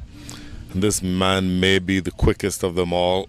Carmela Room may have something to say about that, but for my money, it's probably a fact that Usman Shinwari, the former Pakistani international, is the quickest in the lineup. Left arm over the wicket here. His first delivery. Oh, wraps him on the pad. That was high, I believe. No, did he give that? He gave it, or did he? No, did not give it. Split second there. I thought there might have been some discussion as to whether or not the umpire was raising his hand. In fact, he did not call in Conrad Rogers keeping his arms at his side. But a good start. Bang on target. Left armer bowling over the wicket to the right-handed Akarshit Gomel. 2 from 3. Nitish Kumar, 3 from 4, standing at the non-striker's end. And It appears as though this is going to be an interesting matchup. Next delivery defended into the offside for no run. So 2 dot balls to start with. And we'll see exactly where we end up from here. But I think it's important to note that the options for Captain Jaskar and Malhotra are such that they allow him to have skill, high level skill as a left-hander, whether it be the spin bowling of Mehdi Hassan or the pace bowling of Usman Shinwari, and then later on Carmi LaRue. Medium pace bowling of Matthew Trump cannot be overstated. Looking down the leg side, trying to force it away. It's wide. Take a look at exactly what we're looking at here. But to the extent that we have the following in the, as far as your bowling options are concerned, Chaitanya Bishnoi is another left arm spinner, bowls very well. Carmi LaRue and Usman Shinwari we talked about. Mehdi Hassan, Mohamed Mohsin, who is an excellent bowler, leg spinner, but moves it both ways. You'll also see Shubham Ranjane with the ball in hand. Ali Sheikh, quality left arm spinner. So many different bowling options. It may be the case that you do not have to go through all of your bowlers. And this is whipped into the deep. Just going to be a couple. No, in fact, just one. Beautiful throw that time from down here on the boundary. And so just a single. This is a good.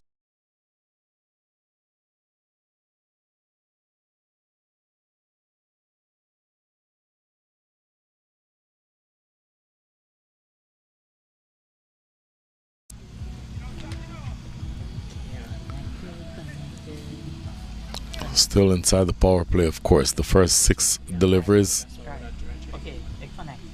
or the first 6 overs,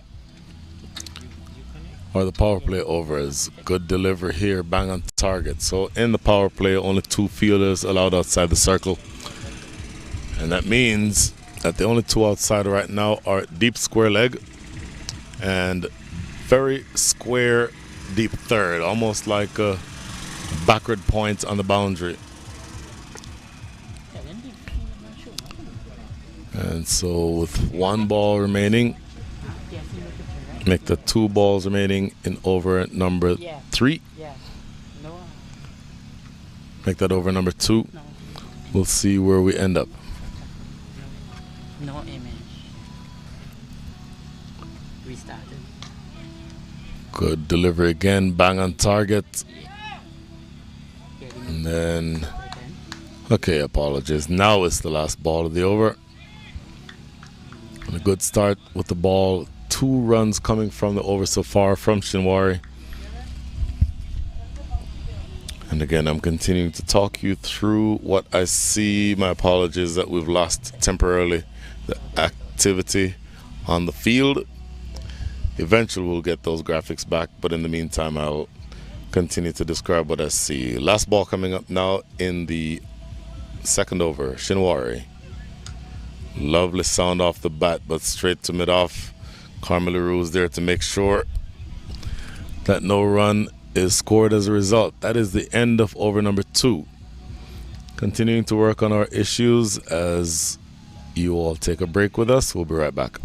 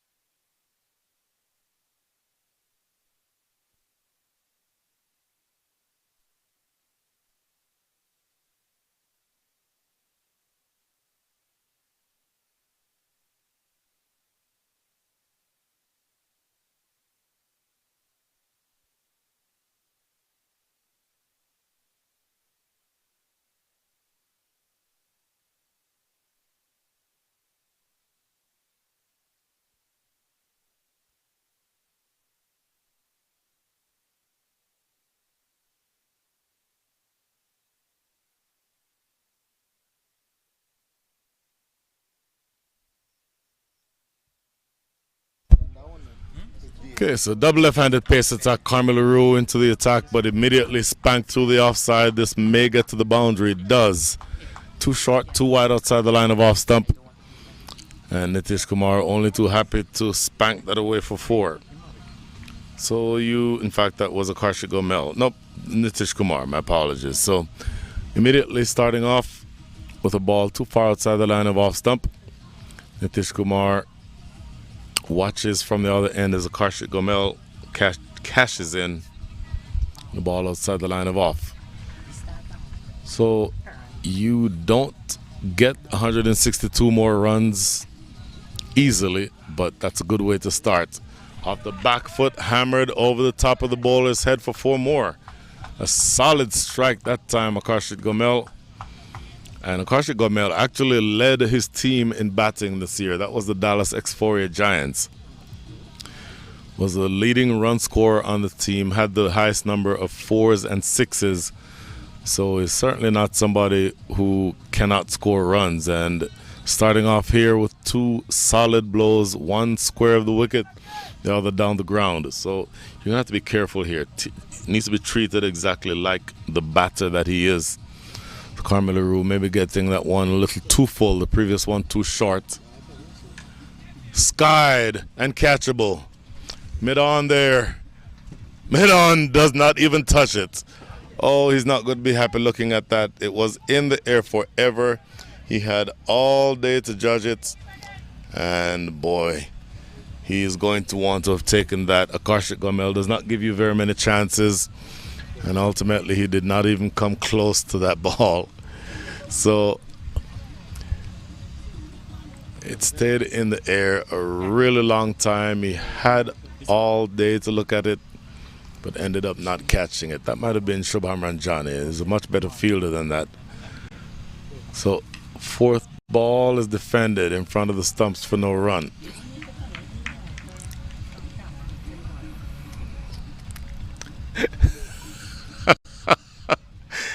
Good afternoon, Mr. Lovekesh Kalia. It is good to hear you, good to read you. I will not repeat what you just texted me. So, the next delivery coming up now from Carmel Leroux. So, a single and then a dot. Thick edge flies away for 4. Did not go anywhere near where he was playing it, but he will not care about that one bit, Nitish Kumar. As that ball sails away over the top of slips and goes for yet another boundary. So an expensive start to the day with the ball for Carmel Leroux. First ball that he gets that is probably, had there been a very tall slip fielder in position, could have been in with a chance, but unfortunately gets punished. That ball running away for yet another boundary. So 13 from the over so far. Here's the next delivery. Skied in the deep. Where does that go? Matthew Trump after it. It goes all the way for, I believe, 6. Wait to see what the signal is from umpire Brian Kane. Umpire Brian Kane says that that was 6. That is the end of an expensive over by Carmel Leroux. 19 runs coming from that over. And in fact, no, 21 runs coming from that over. At the end of 4. Very expensive over comes to a close. We'll get the exact score in just a second. In fact, yep, end of 3 overs. The score is 28 without loss.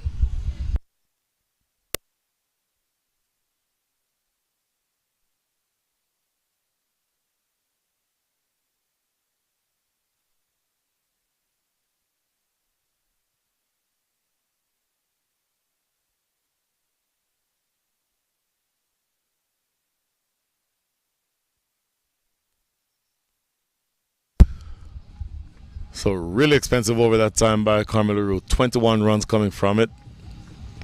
3 4s and a 6 among all of the other activities from that end. And this is now Usman Shinwari, who's going to look to pull things back. Usman Shinwari coming in, hitting the deck hard. Karshik Gomel in position to make sure he defends that one right. Gets in line with that ball. But this angle that is being created by Shinwari, slanting it across the right-handed batters from over the wicket is a good angle for him. And he hits the deck very hard.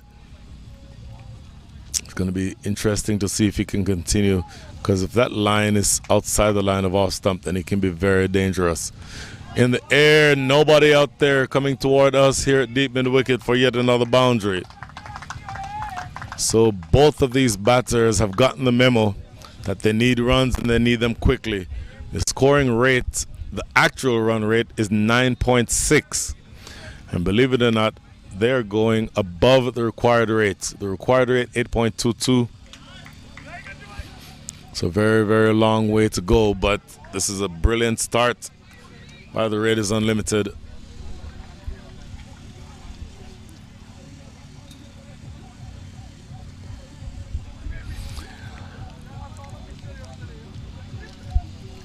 All of a sudden, they're off to the races. Akarshik Gomel and Nitish Kumar.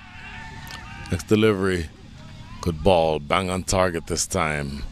On the stumps. Defended into the offside. Akarshik Gomel now 18 from 11 with 2 fours and a 6.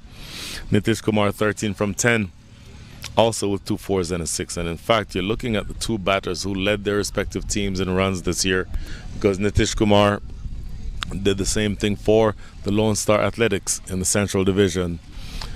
Akarshik Gomel for the Dallas Exforia Giants and Nitish Kumar for the Lone Star Athletics, each at the top of their game for their respective teams this year. Usman Shinwari, very good. Needs to get that ball on the line of off, just short of driving length. That's where he's the most dangerous. In the air, not going to be catchable. Going to bounce a few times and go toward the boundary and in fact get there now. This is excellent batting.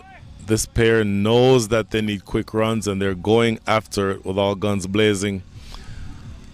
2 balls remaining here in over number 4, and there's a long way to go again, but this is a great start by this opening pair. Looking at this, the ball wasn't quite there for the drive, but he knows, Akarshik Gomel, that with 2 fielders inside the circle, mid-on and mid-off, all he needed to do was clear them. And he got more height than distance, but he was still able to get that ball to run away for 4. So now a change in the field as Long On goes back, opening up potential scoring opportunities on the offside. This one is just dropped in front of the stumps for no run. 8 from the over so far, 1 ball remaining, 36 runs on the board. Another 133 are needed from the next 97 balls. So this is going the way that you want it to if you are the Raiders Unlimited. You're looking to get to the point where you're scoring quickly. Scoring quickly is probably what you like to do inside the power play overs, because there's only 2 fielders allowed outside the circle. But then beyond that, the question is going to be, how are you able to continue scoring after the power play overs are finished? This is played to mid-off. Carmel LaRue is right there, in fact not picking it up cleanly, but they would have gotten a single in any case. So 9 runs coming from that over. Not quite as expensive as the one before it, but overall a great start for the Raiders Unlimited right here at the 2023 Atlanta Open. 4 overs bowled, who scores 37 without loss.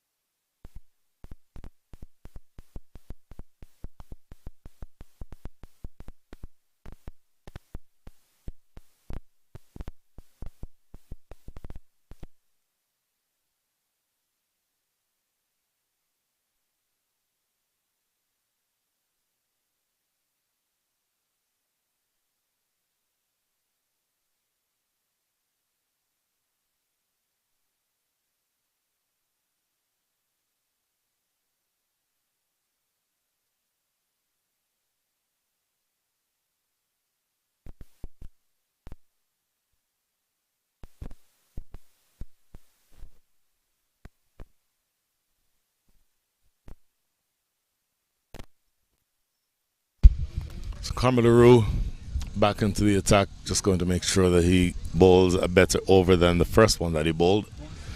First over going for 21 runs. Starts off here with a dot ball, so that is good from his perspective. Clipped this time to deep mid wicket. That is Matthew Trump out there on the boundary. So much more sedate start to this over than the last one bowled by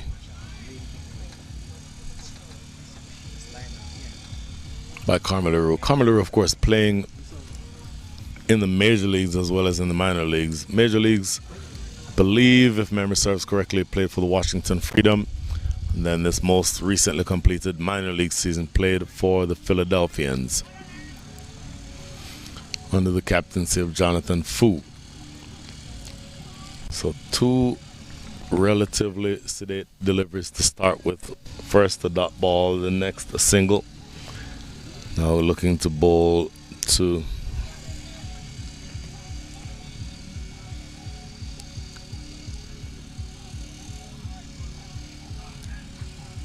Nitish Kumar. Worked on the leg side, but no run here. Good work. That is going to be picked up behind square. That is Chaitanya Bishnoi at that position, short fine leg.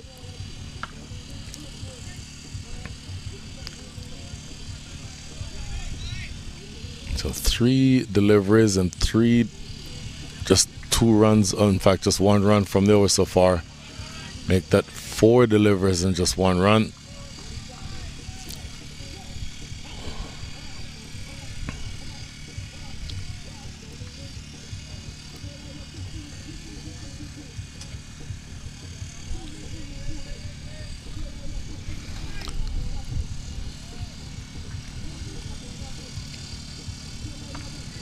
Much better over here for Carmelaru. Here he is again. Full squeeze into the offside, yet another dot ball.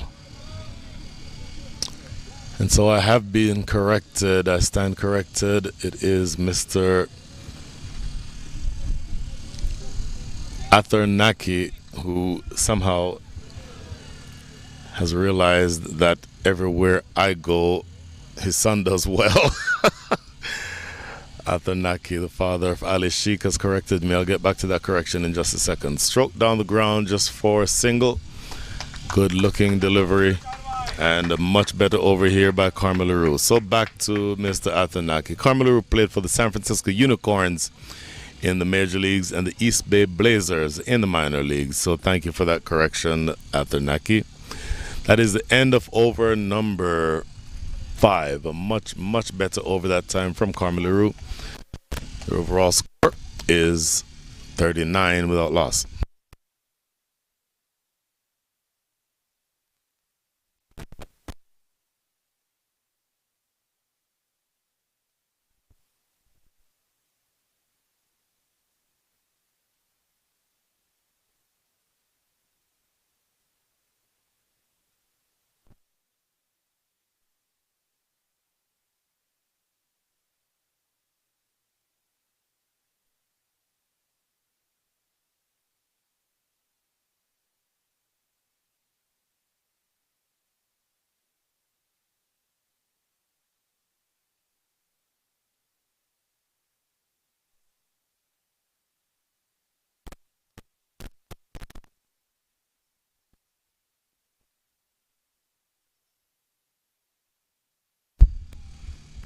So Mehdi Hassan continuing, left arm around the wicket. Oh, huge drive and a miss that squeezes off the inside edge. It may run, in fact it goes all the way for 4. Looking for the big, in fact these are buys. So a delivery that misses both the stumps and the gloves of wicketkeeper Jaskaran Malhotra. Just looking at this on the replay here, this ball just squeezing past the other. In fact, it goes between the stumps and the batter and goes away for 4 buys. So Captain Jaskaran Malhotra will be irritated that he just gave that up. Good ball to start with here from Mehdi Hassan. And now this is an edge onto his pads. And that goes as a dot ball officially, but inside edge onto your boot can sometimes ricochet into the air. That gives a catching opportunity to the keeper, so he may consider himself lucky from that standpoint.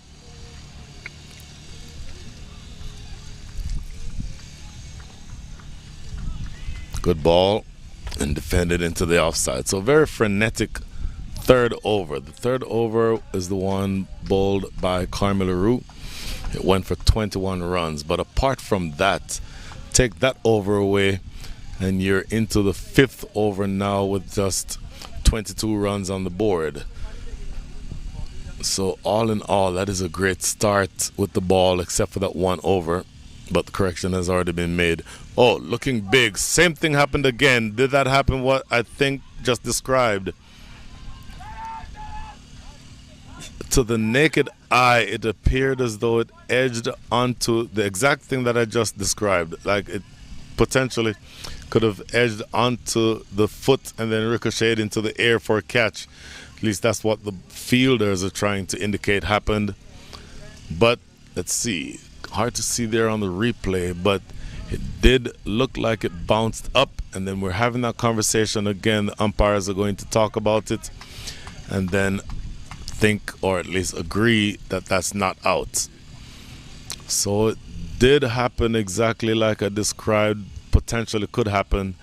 That attempted big drive under edge, and then it appeared to have kicked up off the boot, but he's going to be a tricky call. But umpire Conrad Rogers is in the perfect position to know what happened, and so his opinion is the only one that matters. We are 100 yards away from the action. We don't know, but ultimately it's a very close call. But Nitish Kumar gets to keep batting. Next delivery, lofted in the air, nobody out there. It's a good looking shot by Nitish Kumar, and it's pulled back. That's a good piece of work in the deep. That should be Chaitanya Bishnoi, and they'll get a couple more runs. So all of a sudden, after a couple of sedate overs, a little bit is happening in this over. 6 so far with 1 to come. Make that 2 to come. And I think you're going to see something along the lines of a decent run at this target sooner or later. 8.65 and over is what they need to score at from here. They're currently scoring at the rate of 7.94. So they're in range of the target, but they need to continue scoring, because scoring will be more difficult as the power play over is finished and one more ball remaining inside the power play. And that's what, in fact, that is the end of the power play. So the over is done. 46 runs without loss is the score. Akarshit Gomel has 24 runs against his name. Nitish Kumar 17. And at the end of 6, the score is 46 without loss.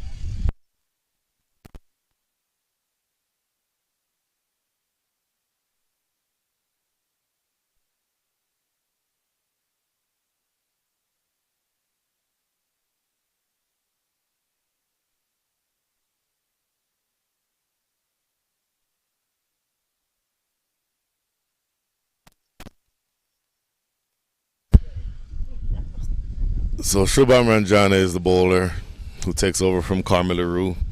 Carmel Leroux had an expensive first over, came back beautifully in the second over, and is now taking a break, while Shubham Ranjana, who bowled the new ball this year for the Lone Star Athletics, is taking up the attack from the northern end of the ground.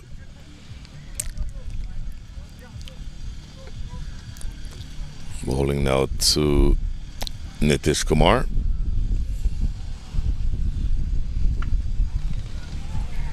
Big picture, they need another 123 runs for victory. They need to get them in the next 84 balls. So this is getting progressively more difficult. Here's Shubham Ranjani off the outside edge. It's down here on the boundary. Coming in off of the ropes is Mehdi Hassan. So single to start things here in over number 7. Needing to go from now at the rate of exactly 8.82 and over. Mehdi Hassan bowled well in his 3 overs so far. His 2 overs. 2 overs, none for 8. This is flicked down to mid-wicket for a single.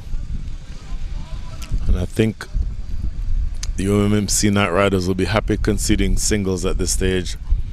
Just want to make sure that whatever happens, you don't get those big shots. Just trying to stay away from the scoring that happens in bunches. No more 20-run overs, I don't think. But on the other hand, what you need to do if you are the Raiders Unlimited is just to make sure that you keep scoring. Stay within range of the target. Slower through the air this time. Played down the ground to Carmelo Rue for a single. So 3 deliveries and 3 singles. Start over number 7.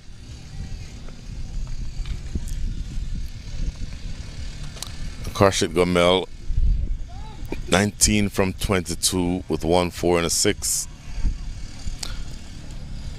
My apologies, that was Nitish Kumar. Karshit Gomel, 25 from 17 with 3 4s and a 6. Lofted down the ground, 1 bounce. And that is a straightforward fielding opportunity down there. That's Mohamed Mohsin. And by the way, much earlier on that catch, the dropped catch that I mentioned, it was actually Mohamed Mohsin. My apologies. I think I said that was Shubham Ranjani. I sure hope you're not listening to this, Shubham.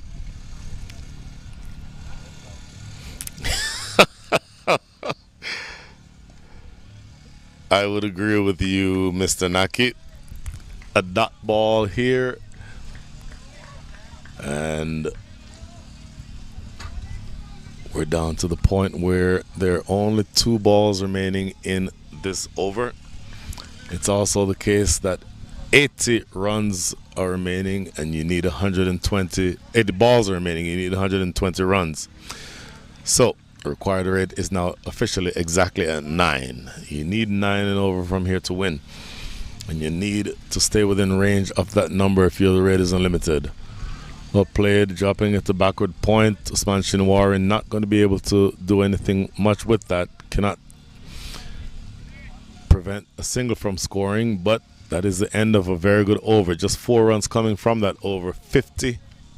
In fact, 51 is the score after the end of the over. 7 done. No wickets remaining, or no wickets left. My apologies. No wickets taken. 10 wickets remaining at the end of 7:51 without loss.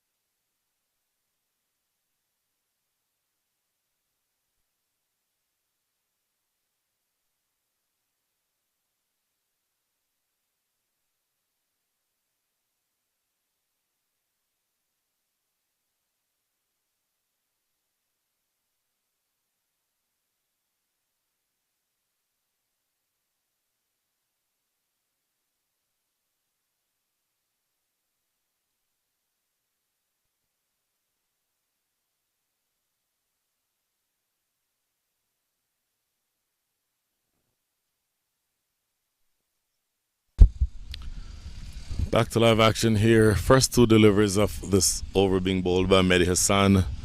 Each has gone for a single down the ground.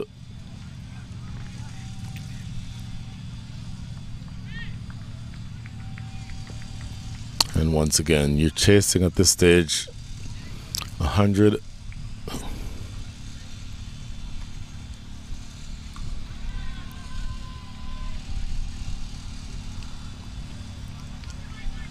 You're chasing another 115 after that single.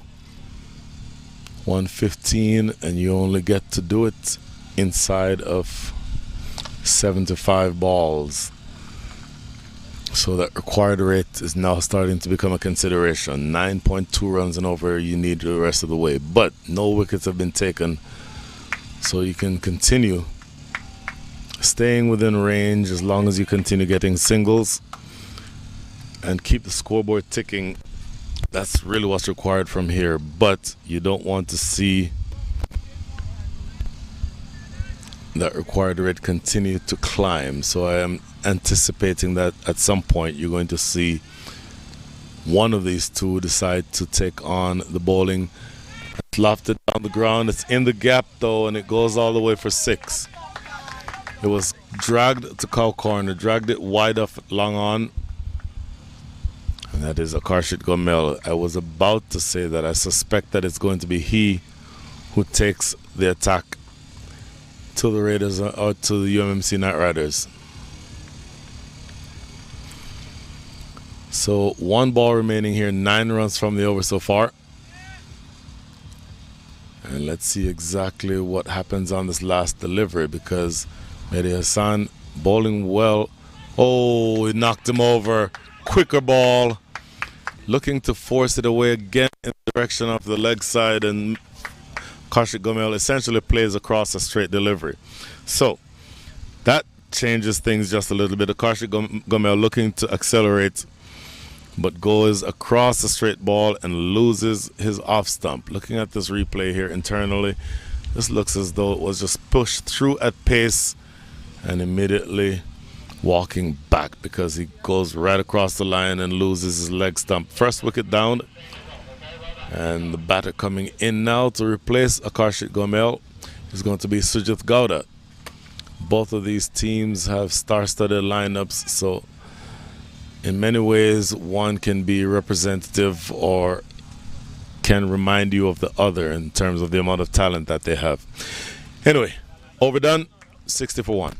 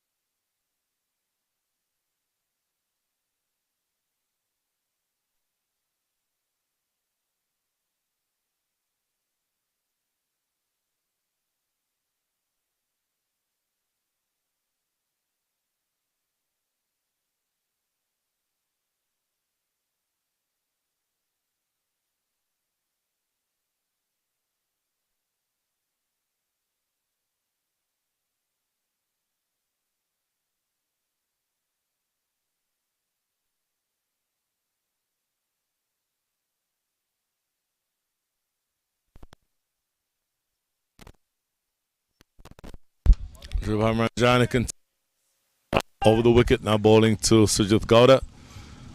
In fact, no, bowling to Nitish Kumar. The first delivery bang on target and defended by Nitish Kumar. No runs. Shubham Ranjani with 1 over bowled. That 1 over costs 5 runs. Starts out here with a dot. Here's the second. Stroked down the ground. That's going to go for 6. What a shot.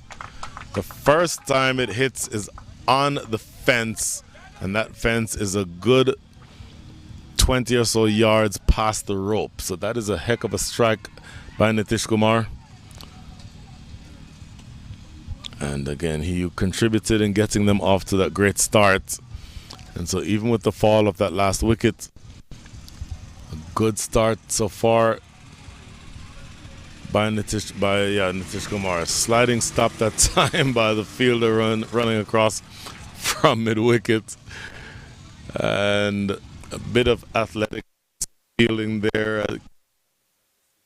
But that was interesting.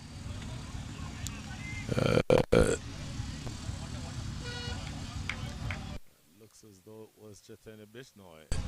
So good athletic sliding, rolling, that ended up with him almost doing a breakdancing move. Shabam Ranjani, 2 deliveries into this, his second over, has make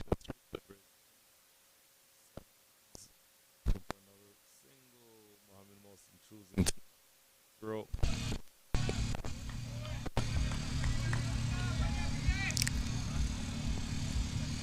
So you're starting out well here if you are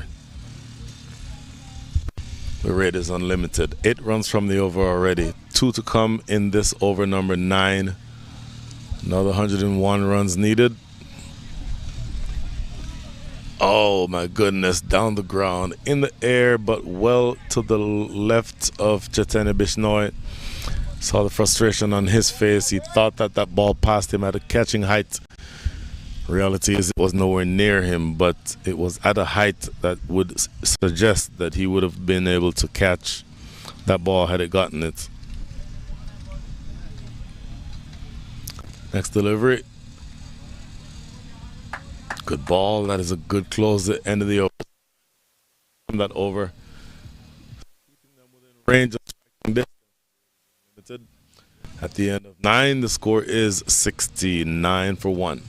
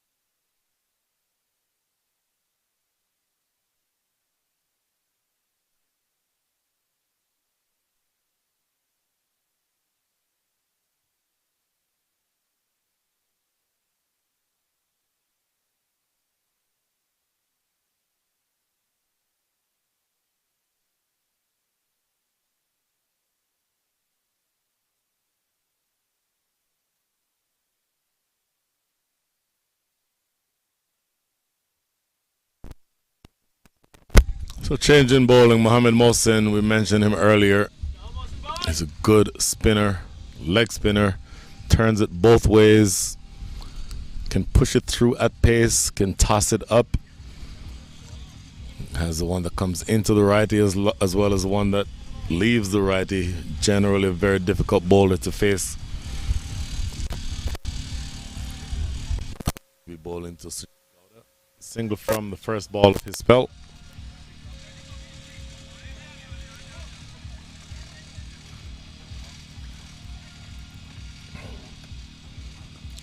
Oh, in the air, the catchable height, but past the infield safely down to Norman Anwar at long on.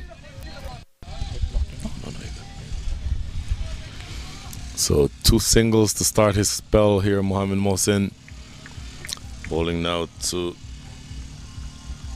Nitish Kumar, who has looked good so far, up to 31 from 32 sixes.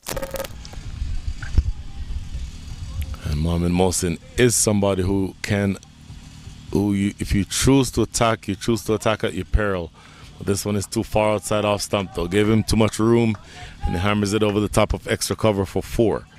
So this is getting to the point where it feels like the UMMC Night Riders are delivering 1 bad ball and over. And that generally is a formula that can get you beat, because it's almost to the stage where you'd be looking for 1-4 every over if you are the Raiders Unlimited. But if you're getting 1 bad ball and over, that puts you in the position of being able to cash in on that 4 that you're looking for. Oh, in the air this time, and just agonizingly out of the reach of that fielder at mid-off. It's going to be interesting to see how this goes from here, because now you're at the stage, we're almost at the halfway point of the innings. 1 ball remaining here in over number 10. 7 runs from the over already, so you have 76 runs on the board. You need another 93. Short, and it gets the treatment, but Ali Sheikh is right there. Oh, look at that! Oh my goodness! Oh, you have got to be kidding! Athernaki, it never stops. Athernaki, it never stops. Your son is setting the world alight. That ball was six for all money until Ali Sheikh turned it into a wicket. A spectacular piece of fielding, diving away, or not diving, but jumping, spooning, just absolutely getting it from right at the tip of his fingers, and then the footwork to stay in bounds, not stepping on that rope. You all heard me say it earlier, the best fielder in the country, and I think he proved it again right there. That is a wicket to end over number 10.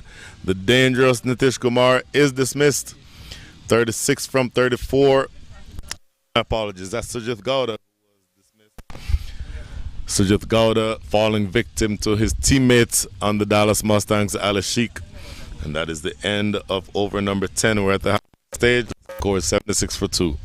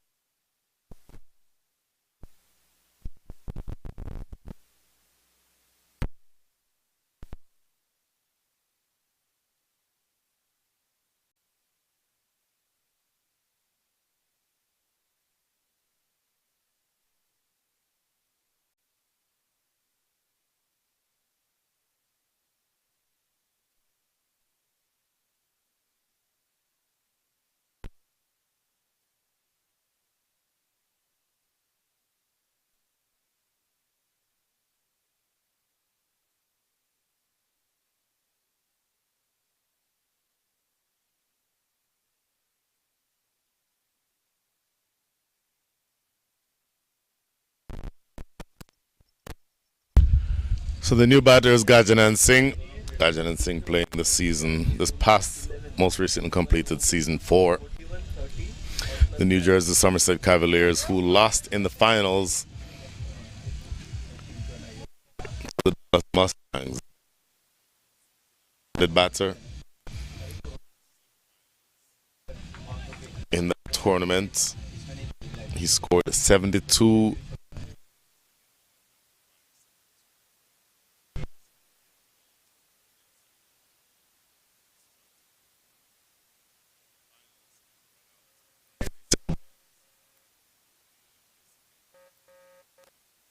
Johnny continuing.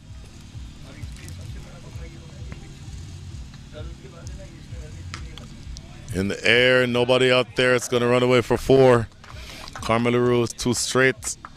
And that ball 2, also 2 straight from Shubham Ranjani, and 2 full as well. Just put Shubham Ranjani very much capable. Those are the types of deliveries that will bother Gajanan Singh much. Just the length that allowed him to get under. Try to bowl a bouncer, but just easily putting that one away for 4. Oh, in the air, catchable. No, it's not going to be catchable. Boy, consecutive boundaries. Ali Sheikh, not even he could have gone to that one at long off. And Gajanan Singh come in striking the ball from ball 1, 8 from 2.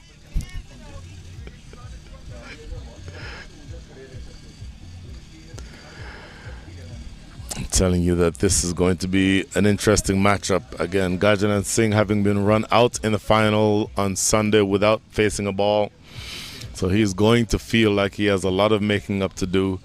And this is a very big stage, and he's looking to perform on that big stage. Shubham Ranjani sliced away. Oh my goodness, it gets through the fielder, short third. Was in 2 minds. I think that's big. Didn't know whether forward for the field it, ended up just having it short hop and not able to keep it in front of him, and it goes away for 4. So 3 consecutive boundaries conceded here by Shubham Ranjani. You just see on the replay there that just ate him up, as they say in baseball.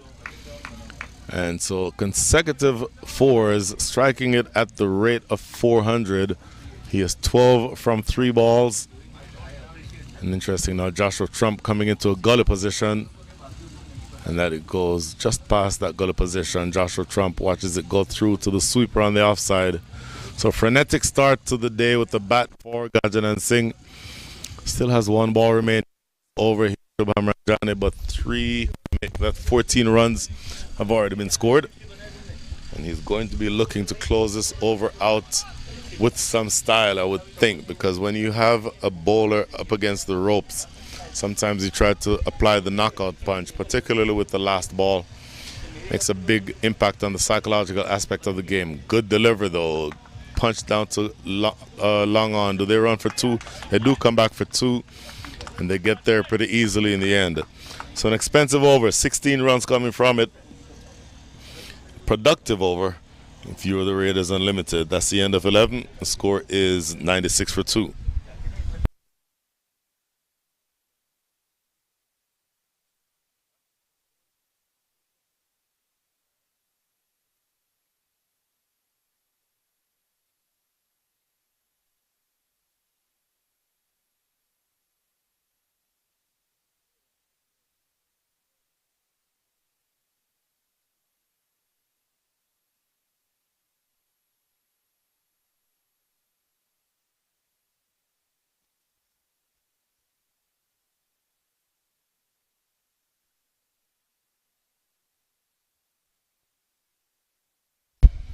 So Mohamed Mohsen, a successful first over for him. 7 runs coming from it, and a wicket courtesy of an absolutely stunning catch by Ali Sheikh. First ball, right in the block hole.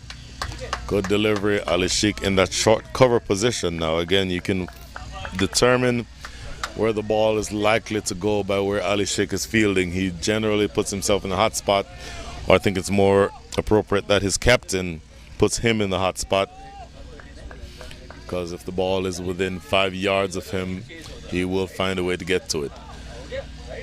Mohamed Mohsen, 2 dot balls to start things here in over number 12.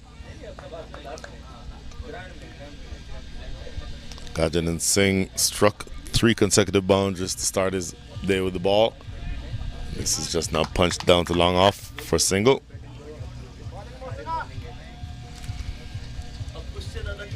And now with the right-hander on strike, Ali Sheikh running back onto the boundary at deep mid-wicket. So you get the sense that this is going to be a very straight line that is being bowled by Mohamed Mohsen. There's a deep mid-wicket, there's a square leg, and nobody inside the circle on the leg side in front of square. Floating this one up there, trying to tempt him. He absolutely wanted to try for the tempter. And for the moment, Nitish Kumar puts the big shot away because he knows how important his wicket is. Again, just keeping sure or making sure that he puts away the big shot. Again, I mentioned where the fielders in the deep are on the leg side. The only fielder inside the circle on the leg side is a short, fine leg.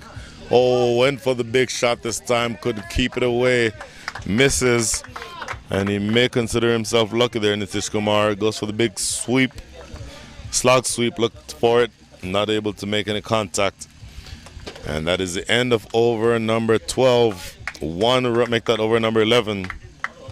Apologies, over number 12 is finished. 1 run coming from the over.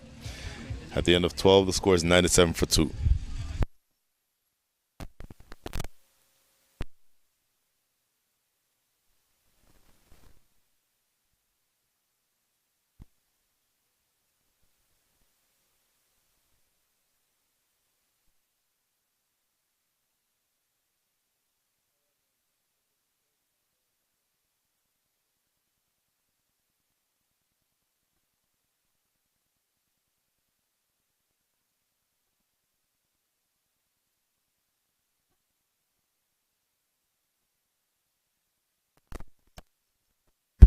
So apologies, got that score wrong. The score is actually 93 for 2. 76 more runs needed in the next 48 balls. So you're needing to score from here at the rate of 9.5 runs and over. Watch Gajanan Singh as we now have spin coming from both ends. This is going to be Mehdi Hassan to continue. Off the back foot this time, Mehdi Hassan looking to bowl his last over. 1 for 17 are his figures so far.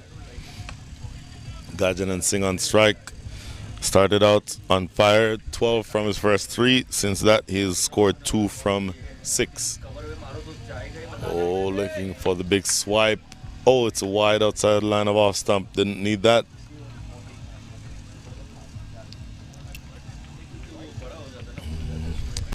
Still needs 75 from 47.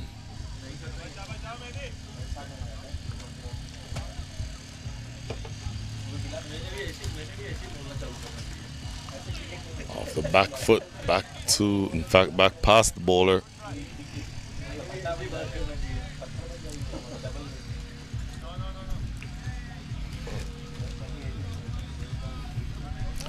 Now with the left-hander having been sent to the non-striker's end, and the right-hander Nitish Kumar field shifts around. So watch where Karmilaroo is at long off. Ali Sheikh is at deep point or deep cover. So this suggests an outside off line. A little too straight this time though. Works it into the leg side. They'll come back for 2 and they'll get there easily. Good strong throw from the deep, but an easy 2. So if you have a deep cover and a man at long off and extra cover inside the circle and point and short third, all of that suggests that you should be bowling outside the line of off stump. Shouldn't allow the batter to work you into the leg side that easily.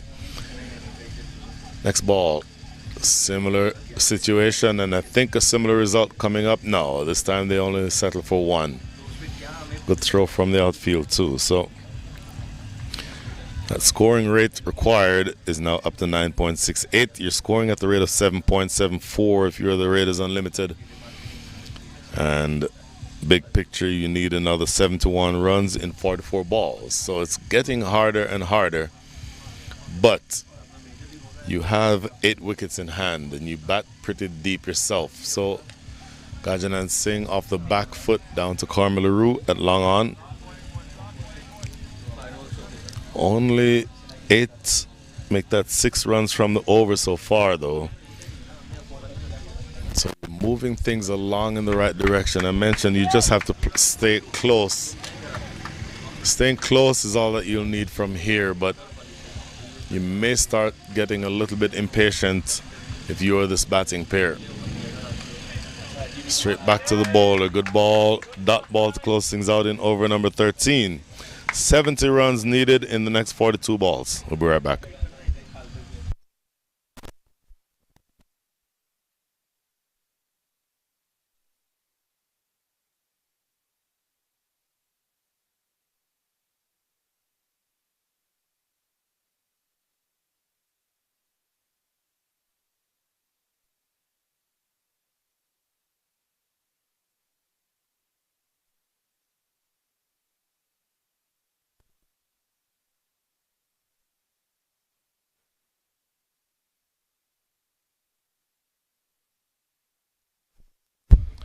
Mohamed Mohsin, 2 overs so far, 1 for 8. First over went for 7, and this last over, a brilliant one. Only 1 run coming from it.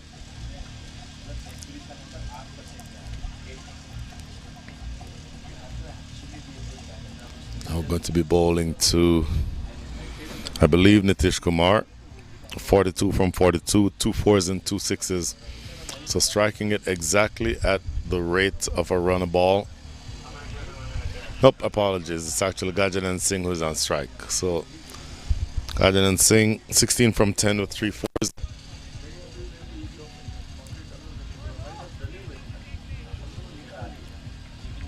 Looking around a little bit just to make sure everybody's in the right place. Here we go.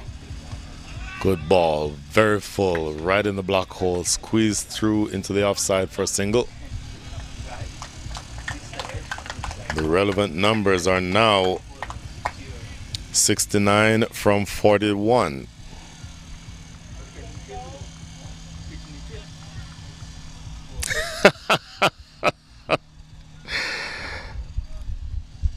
I love that I have listeners who are correcting me on the fly. I'll say the correction in just a minute as that is defended into the offside. Look at that, right on cue. It is defended by Joshua Trump. I have been corrected by Candice Trump. Candice, thank you for the correction. In fairness to me, Candice, I'm about several yards away from both of them, and I can't see from this far away. So, plus I'm looking into the sun, so please forgive me. Anyway, so that's a single into the outfield. Doing it in ones at this stage. Mohammed Mohsin bowling very well and keeping everybody quiet. I think you're going to see something really interesting developing very soon, though, because it's getting to the point. And by the way, the 100 is up. Catch it is a cry, and this is not going to be caught. Good piece of fielding down at long on, though. That's Nauman Anwar. Make that long off. Long off with Nauman Anwar. Good piece of fielding, and they go through for a couple. And now with just 2 balls remaining in over number 14, they're at 103. So you need another 38. Make that, you have another 38 balls, and you need another 66 runs. Very full again. This is great bowling. The length at which he is bowling, Mohammed Mohsin, is making it very difficult for the batters to get underneath those balls. That is excellent bowling, excellent death bowling, and he's pushing it through at pace. So it's going to be hard for you to try to chip down the wicket to get to the pitch. Similar delivery again, just a single down the ground. Nauman Anwar has a much easier job this time, and an excellent over under the circumstances. 6 runs coming from that over. Brilliant bowling by leg spinning all-rounder Mohammed Mohsin. At the end of over number 14, it is 105 for 2.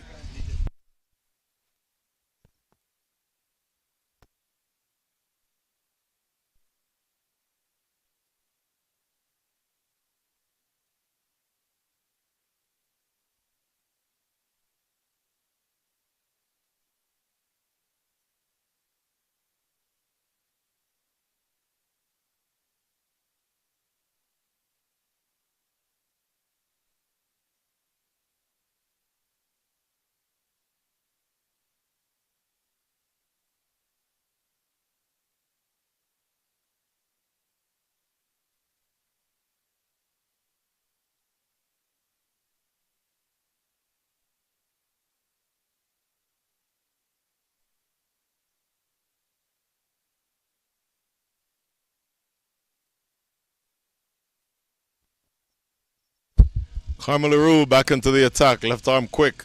Lofted down the ground, and it goes for 6. Look at that. 50 up for Nitish Kumar as he lofts him right down the ground. In fairness, this ball was in the slot, so Nitish Kumar did not have to do much, didn't have to move his feet. That ball was just there to be played through the line, and played through the line Nitish Kumar did. And he does get to his 50. So this is an important 50 in the context of this game. Nitish Kumar, 50 from 46 balls faced, 2 4s and 3 6s. Carmelaru, I would assume, is not going to bowl another drivable ball.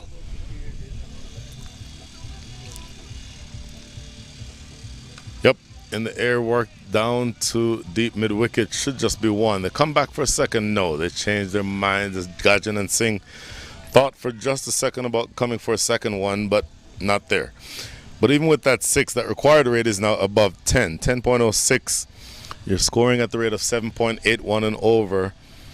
And so you need now another 57 runs in the next 20 or 34 balls.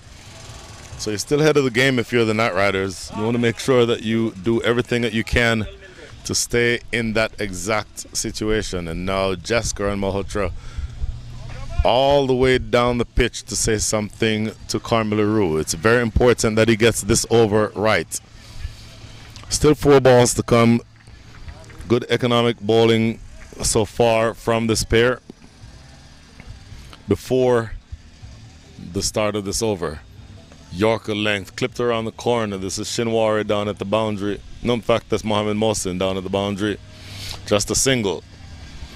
It's good work. So after the 6, just 2 runs conceded so far. But again, you still have 3 balls to go, and you have to close this over out strongly here, Carmelaru. So looking at where the field is, it's Joshua Trump down at deep square leg. There's a fielder at deep mid wicket.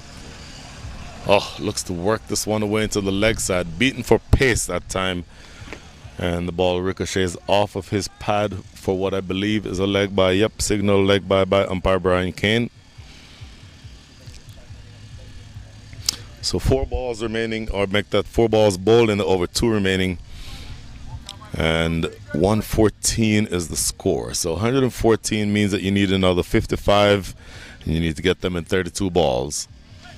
So 777 is their scoring rate. They need to be scoring at 10.31.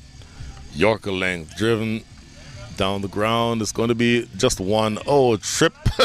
Ali Sheikh loses his balance.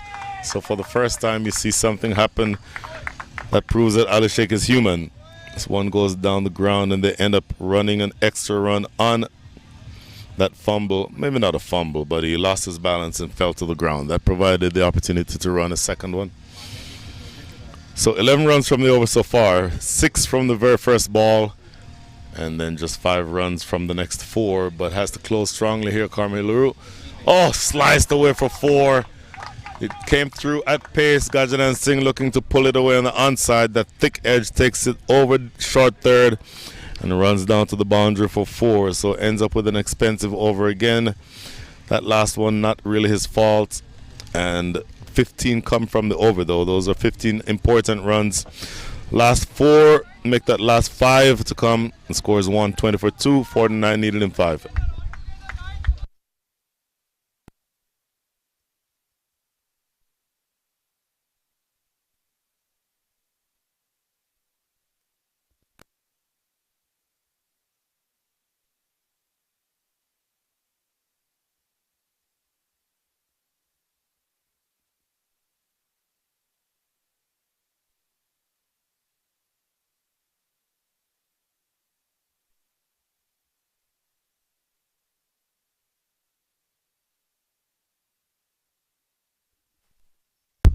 Mohamed Mohsin continuing. This is lofted down the ground but catchable.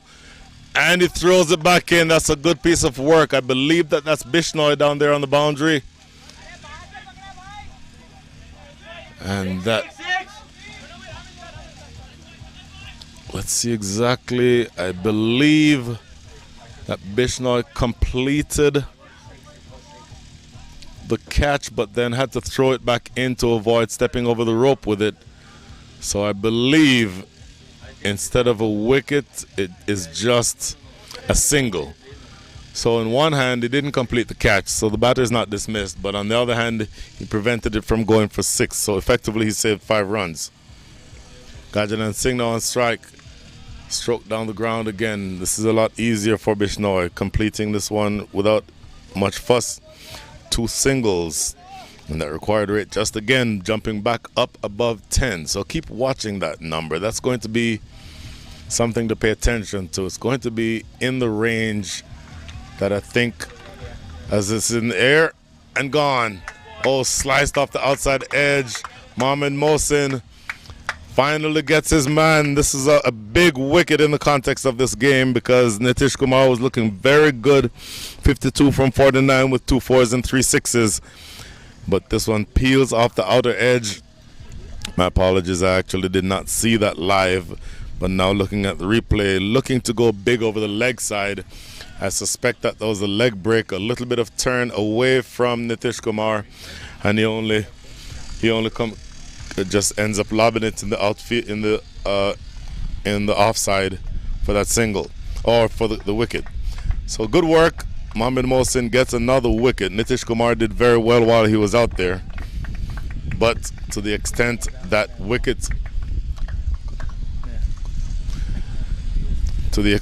you need wickets, it's always a good thing to have happen. And then the one who you dismissed is the one who was doing the most damage so far. So that's excellent from that standpoint as well. So, a big wicket. Mohammed Mohsin continues bowling a great spell so far. 3.3 overs, 2 for 16, if you can believe it. Excellent, excellent bowling. Knowing that they're looking to attack him, coming after him. And he's done very well, Mohammed Mohsin, to not only avoid the big shots, but at the same time to continue picking up wickets. And so that's exactly what his side needs from him. Now that is a new batter, and this new batter is going to be Hamza Tariq. Hamza Tariq now joining Gajan Singh at the crease, 28 from 17 with 4 fours. Now,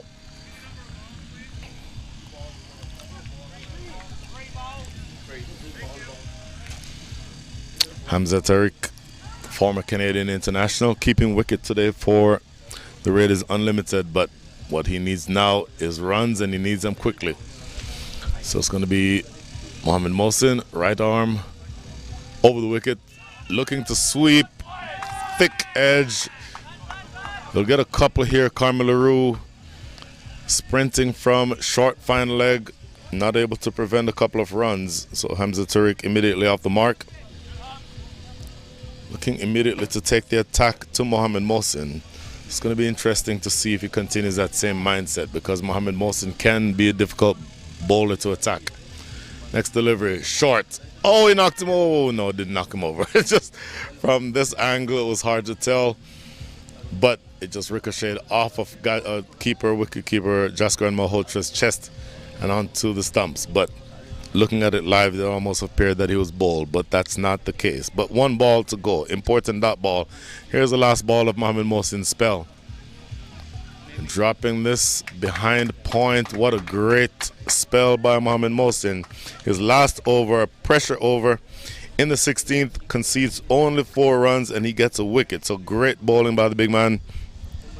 124 for 3 is the score after 16. They need 45 in the last 4.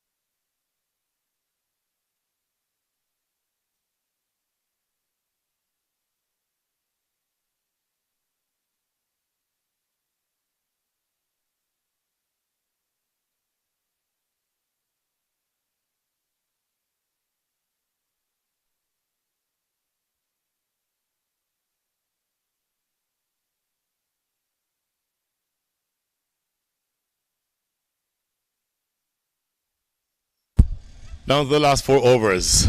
Usman Shinwari back into the attack. Usman Shinwari has bowled well. Has bowled very well, in fact. And we'll look at his exact figures shortly. He has, in fact, 2 overs, none for 11. But you're not necessarily worried about his wickets right now. You're worried about him bowling a miserly over. And he's now bowling to Gajan Singh. Top edge, oh my goodness, it's going to run away for 4. If you're bowling at that pace and that length, deep third has to be back on the boundary. Any edge in that direction is not going to be taken by the slip fielder. It's going to be flying over his head. So you would think that for that reason alone, there'd be a deep third in position, unless you're looking to bowl Yorkers. If you're bowling Yorkers, then deep third goes back. In fact, that's exactly what they've just done. Deep third went back, and long off is coming inside the boundary. He's now at mid off, so he's going to be a little straighter, because he can't be, and he also can't be too full, because if he is full outside the line of off, then that can go away for 4 in that area as well. So he has to be straight, and he has to be short of length. In the air, catchable, long run, but not able to get there. The fielder running back. That is a good sprint, running back there to save a couple of runs. It appears as though A fielder inside the circle. Can't see exactly who that is, but he had work to do running back from extra cover. But you know Gajan and Singh can score quickly, and you know that he's looking to attack because obviously you're running out of time and you need to have a couple of economical deliveries. 39 runs needed in the next 22 balls. So let's see what Shinwari does here. Here he is. In the air, not going to carry all the way to the field at cover. So just one run. It's an important single though, because what it does is bring Hamza Tariq on strike. Hamza Tariq hasn't been there as long as only faced 3 balls. So you'd probably prefer to be bowling to him than to Gajan and Singh, who's been there for 19 balls and scored 34 runs. So we're nowhere near finished yet. This game is drawing closer toward the back end. Another 38 runs needed in the next 21 balls. And you're looking for a tight over here from Shinwar, at least a tight close to the over. 7 runs from the over so far from the first 3. And you need to make sure that whatever happens from here, you have to bowl balls that you want the player or the batter to hit where you want them to hit. In other words, no loose deliveries, nothing too straight. And now you're looking to just make sure you get out of this over without much more damage. Here's Shinwari.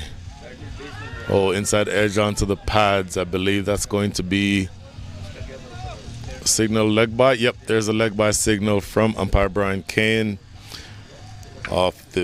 Immediately, it almost sounded like there was bat on that, but Brian Kane indicating that that was just directly off the pad. We're down to the last 2 balls.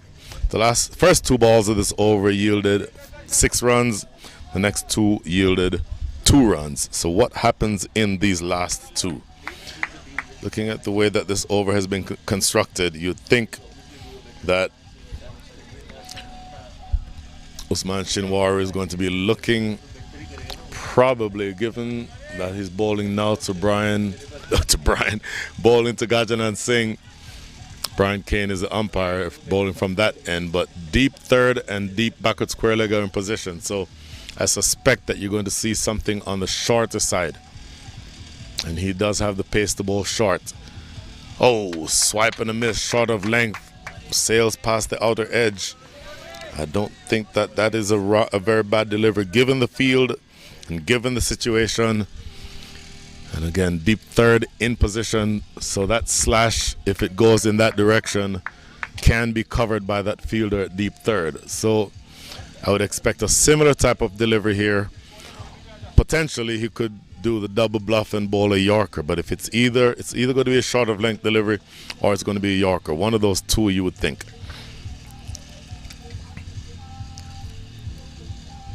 Here's that last ball. Short ball, lofted in the air, cover in the area. Decides not to go for the dive, and they come back for a second. And that is a good over, a good way to close the over. 10 runs coming from the over, but 6 came from the first 2. So that's a good closeout for that over by Shinwari. So you need in the last 3 overs 35 more runs to go. 11.67 and over is what you need from here. It's not going to be easy. We'll be right back.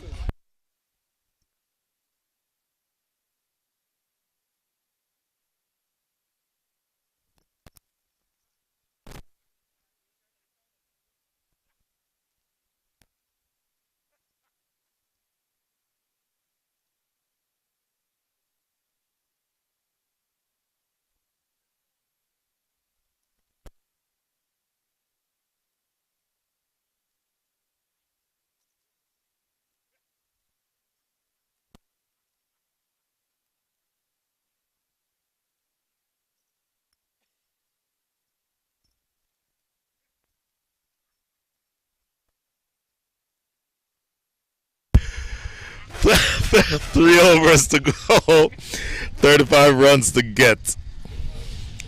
So this over is going to be important. And if follows the same pattern that he's had all day, this is going to be a spectacular over. The first over was very expensive, went for 21 runs. Second over, I believe, went for 2 runs.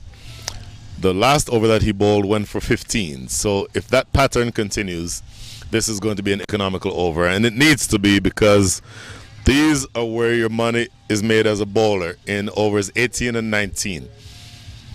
And on strike is Hamza Tariq, just relatively new to the crease, but he is still a good batter these days, a former Canadian international.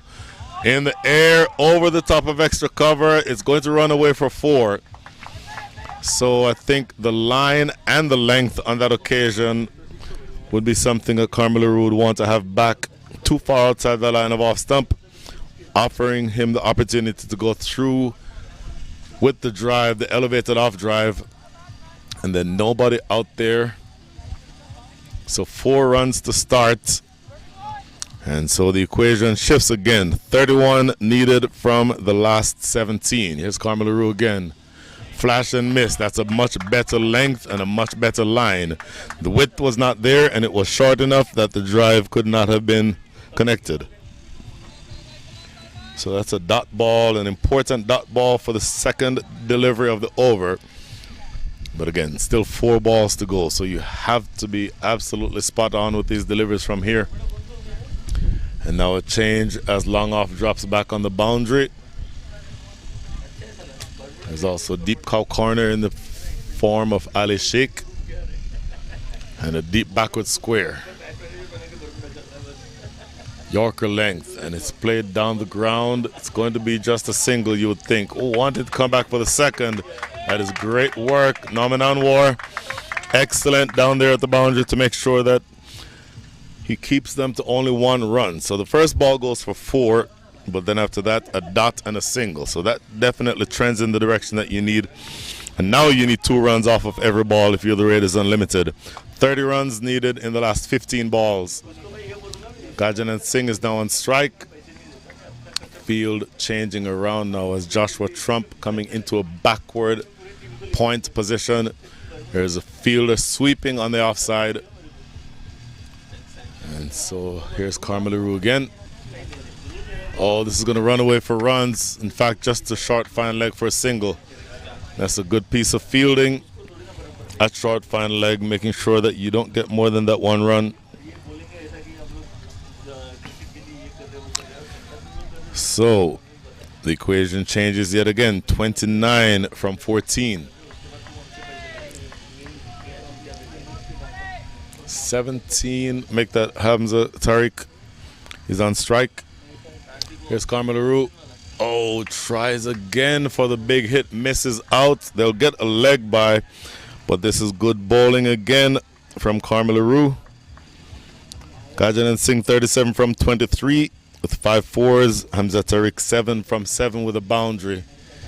But that good delivery again from Carmelo means that just 1 over is, or 1 ball is remaining in this over. And with that 1 ball, of course the last ball of Carmelo's spell, he's now looking to make sure that he closes out strongly. Wraps him on the pad again. Great bowling. Carmelo may be thinking for a split second about taking a shot at the stumps. But that is a great way to close out the over for Carmelo. Concedes a boundary the first over, or the first ball of the over. It comes back very strongly towards the back end. Only 8 runs coming from the over. 4 after the first boundary.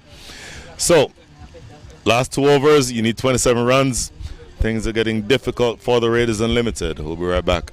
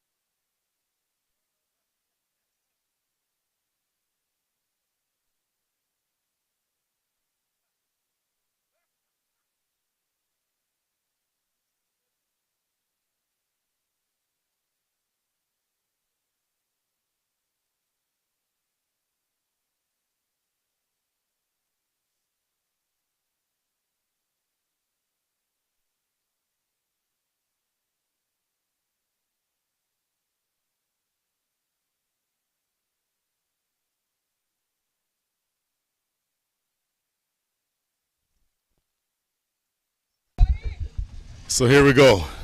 I mentioned the last time, the last over, that overs 18 and 19 is where your money is made as a bowler. Well, this is over number 19.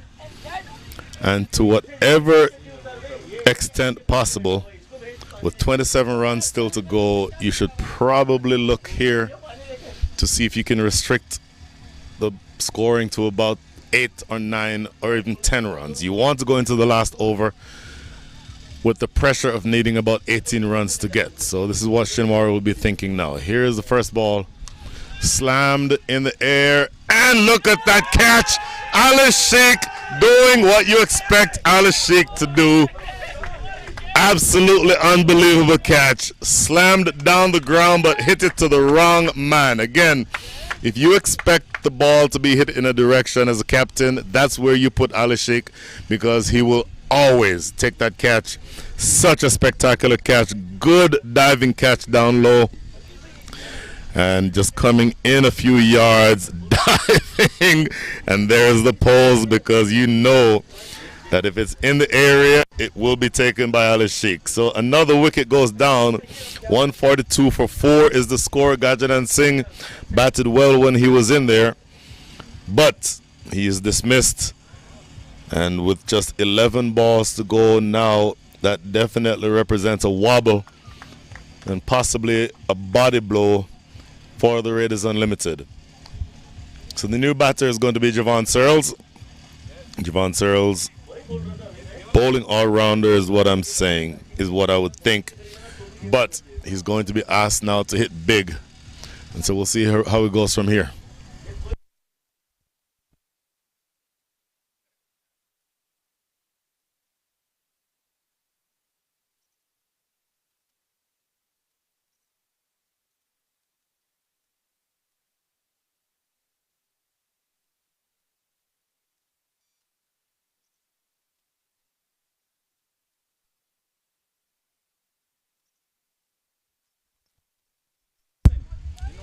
So here we go.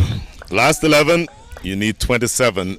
And things just got that much more difficult for you because Ali Sheikh did what Ali Sheikh does. Took another spectacular catch. And here we go, Javon Searles on strike. The scoring rate, or the required rate, now up to 14.7. You need 27 from 11. It's not going to be easy, but you have to swing for the fences here. Yorker in the air. Is it catchable?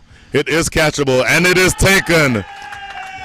You hear the applause because you know that yet another body blow has landed that appeared to be Shubham Ranjani. I'm not sure exactly. A little bit far away to tell, but more than anything else, the body blow has been landed. Yes, that is Shubham Ranjani coming in off the boundary, taking a pretty simple catch in the end. That ball skied, peeling off the outer edge. Not as good a connection on that ball as he would have wanted. And look at this, 2 balls in a row in over number 18, and you've taken 2 wickets. And all of a sudden, Usman Shinwari in his last over is on a hat trick. The new batter going in.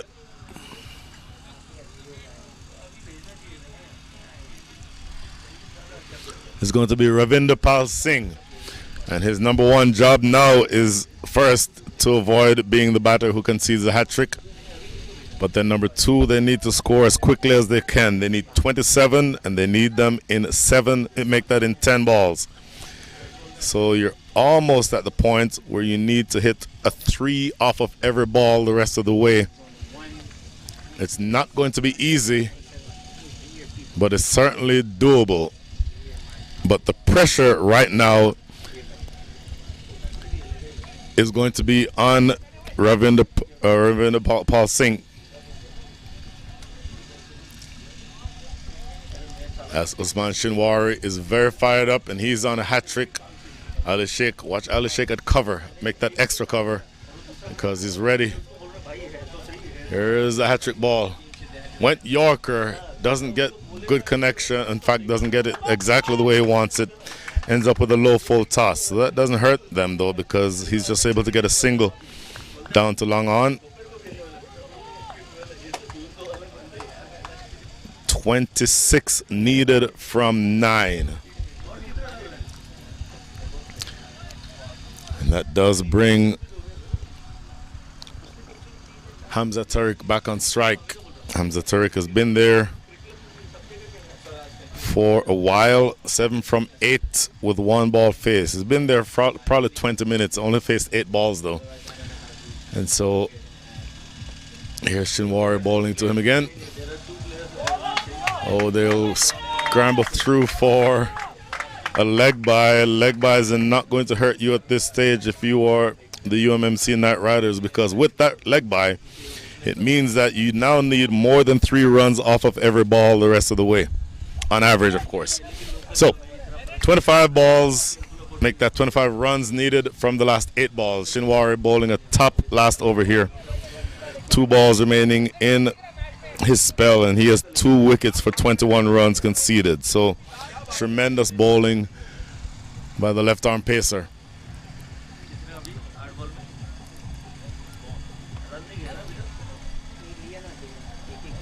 Here's Shinwari. Lofted in the air, but catchable. Long look at deep square leg. I know he put it down. Oh my goodness. Very catchable. He had it for a very long time. Thought he had it covered. That fielded down at deep backward square leg.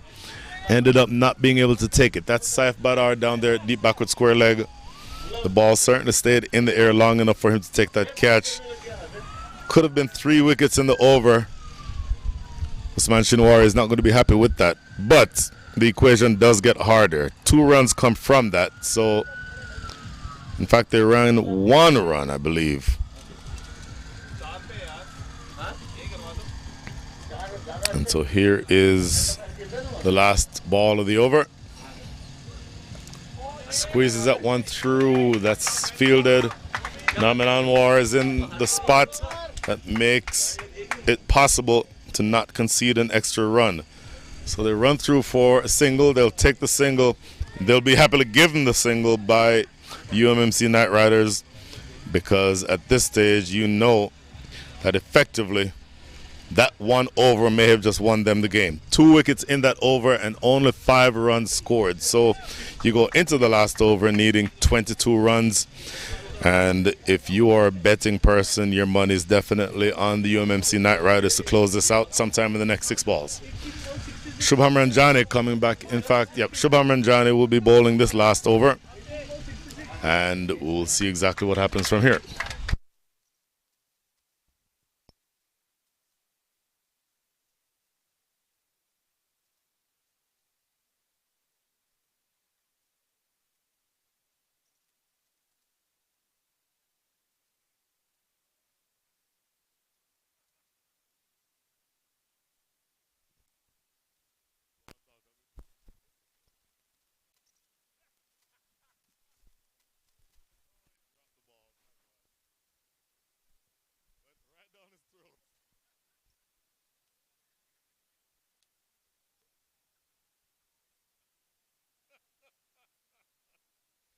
Shubham Ranjani bowling over number 20. Full and clipped to deep mid wicket. They'll get 2.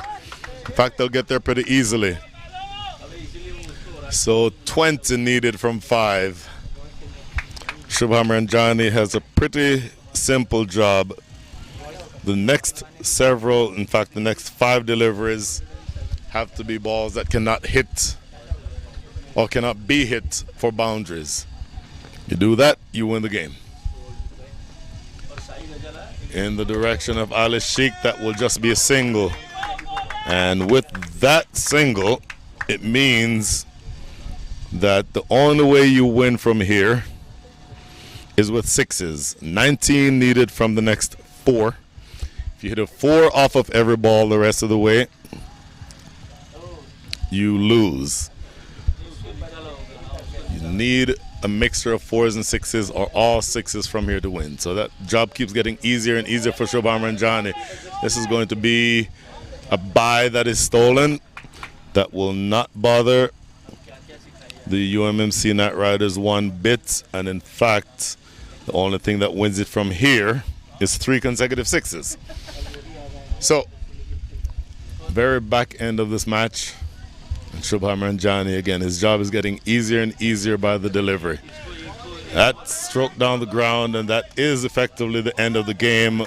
Absent any wides or no balls, because that 2 punch down the ground means that there is now only 16. The deficit is 16, and they only have 2 balls remaining. So that does mean that absent any wides or any no balls, the UMMC Night Riders will have won this match.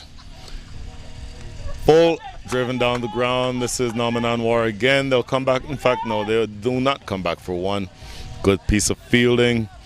And it's all over. But the final margin here, the UMMC Night Riders will have taken victory by the margin of somewhere between 14 and 8 runs, depending on what happens on this last ball.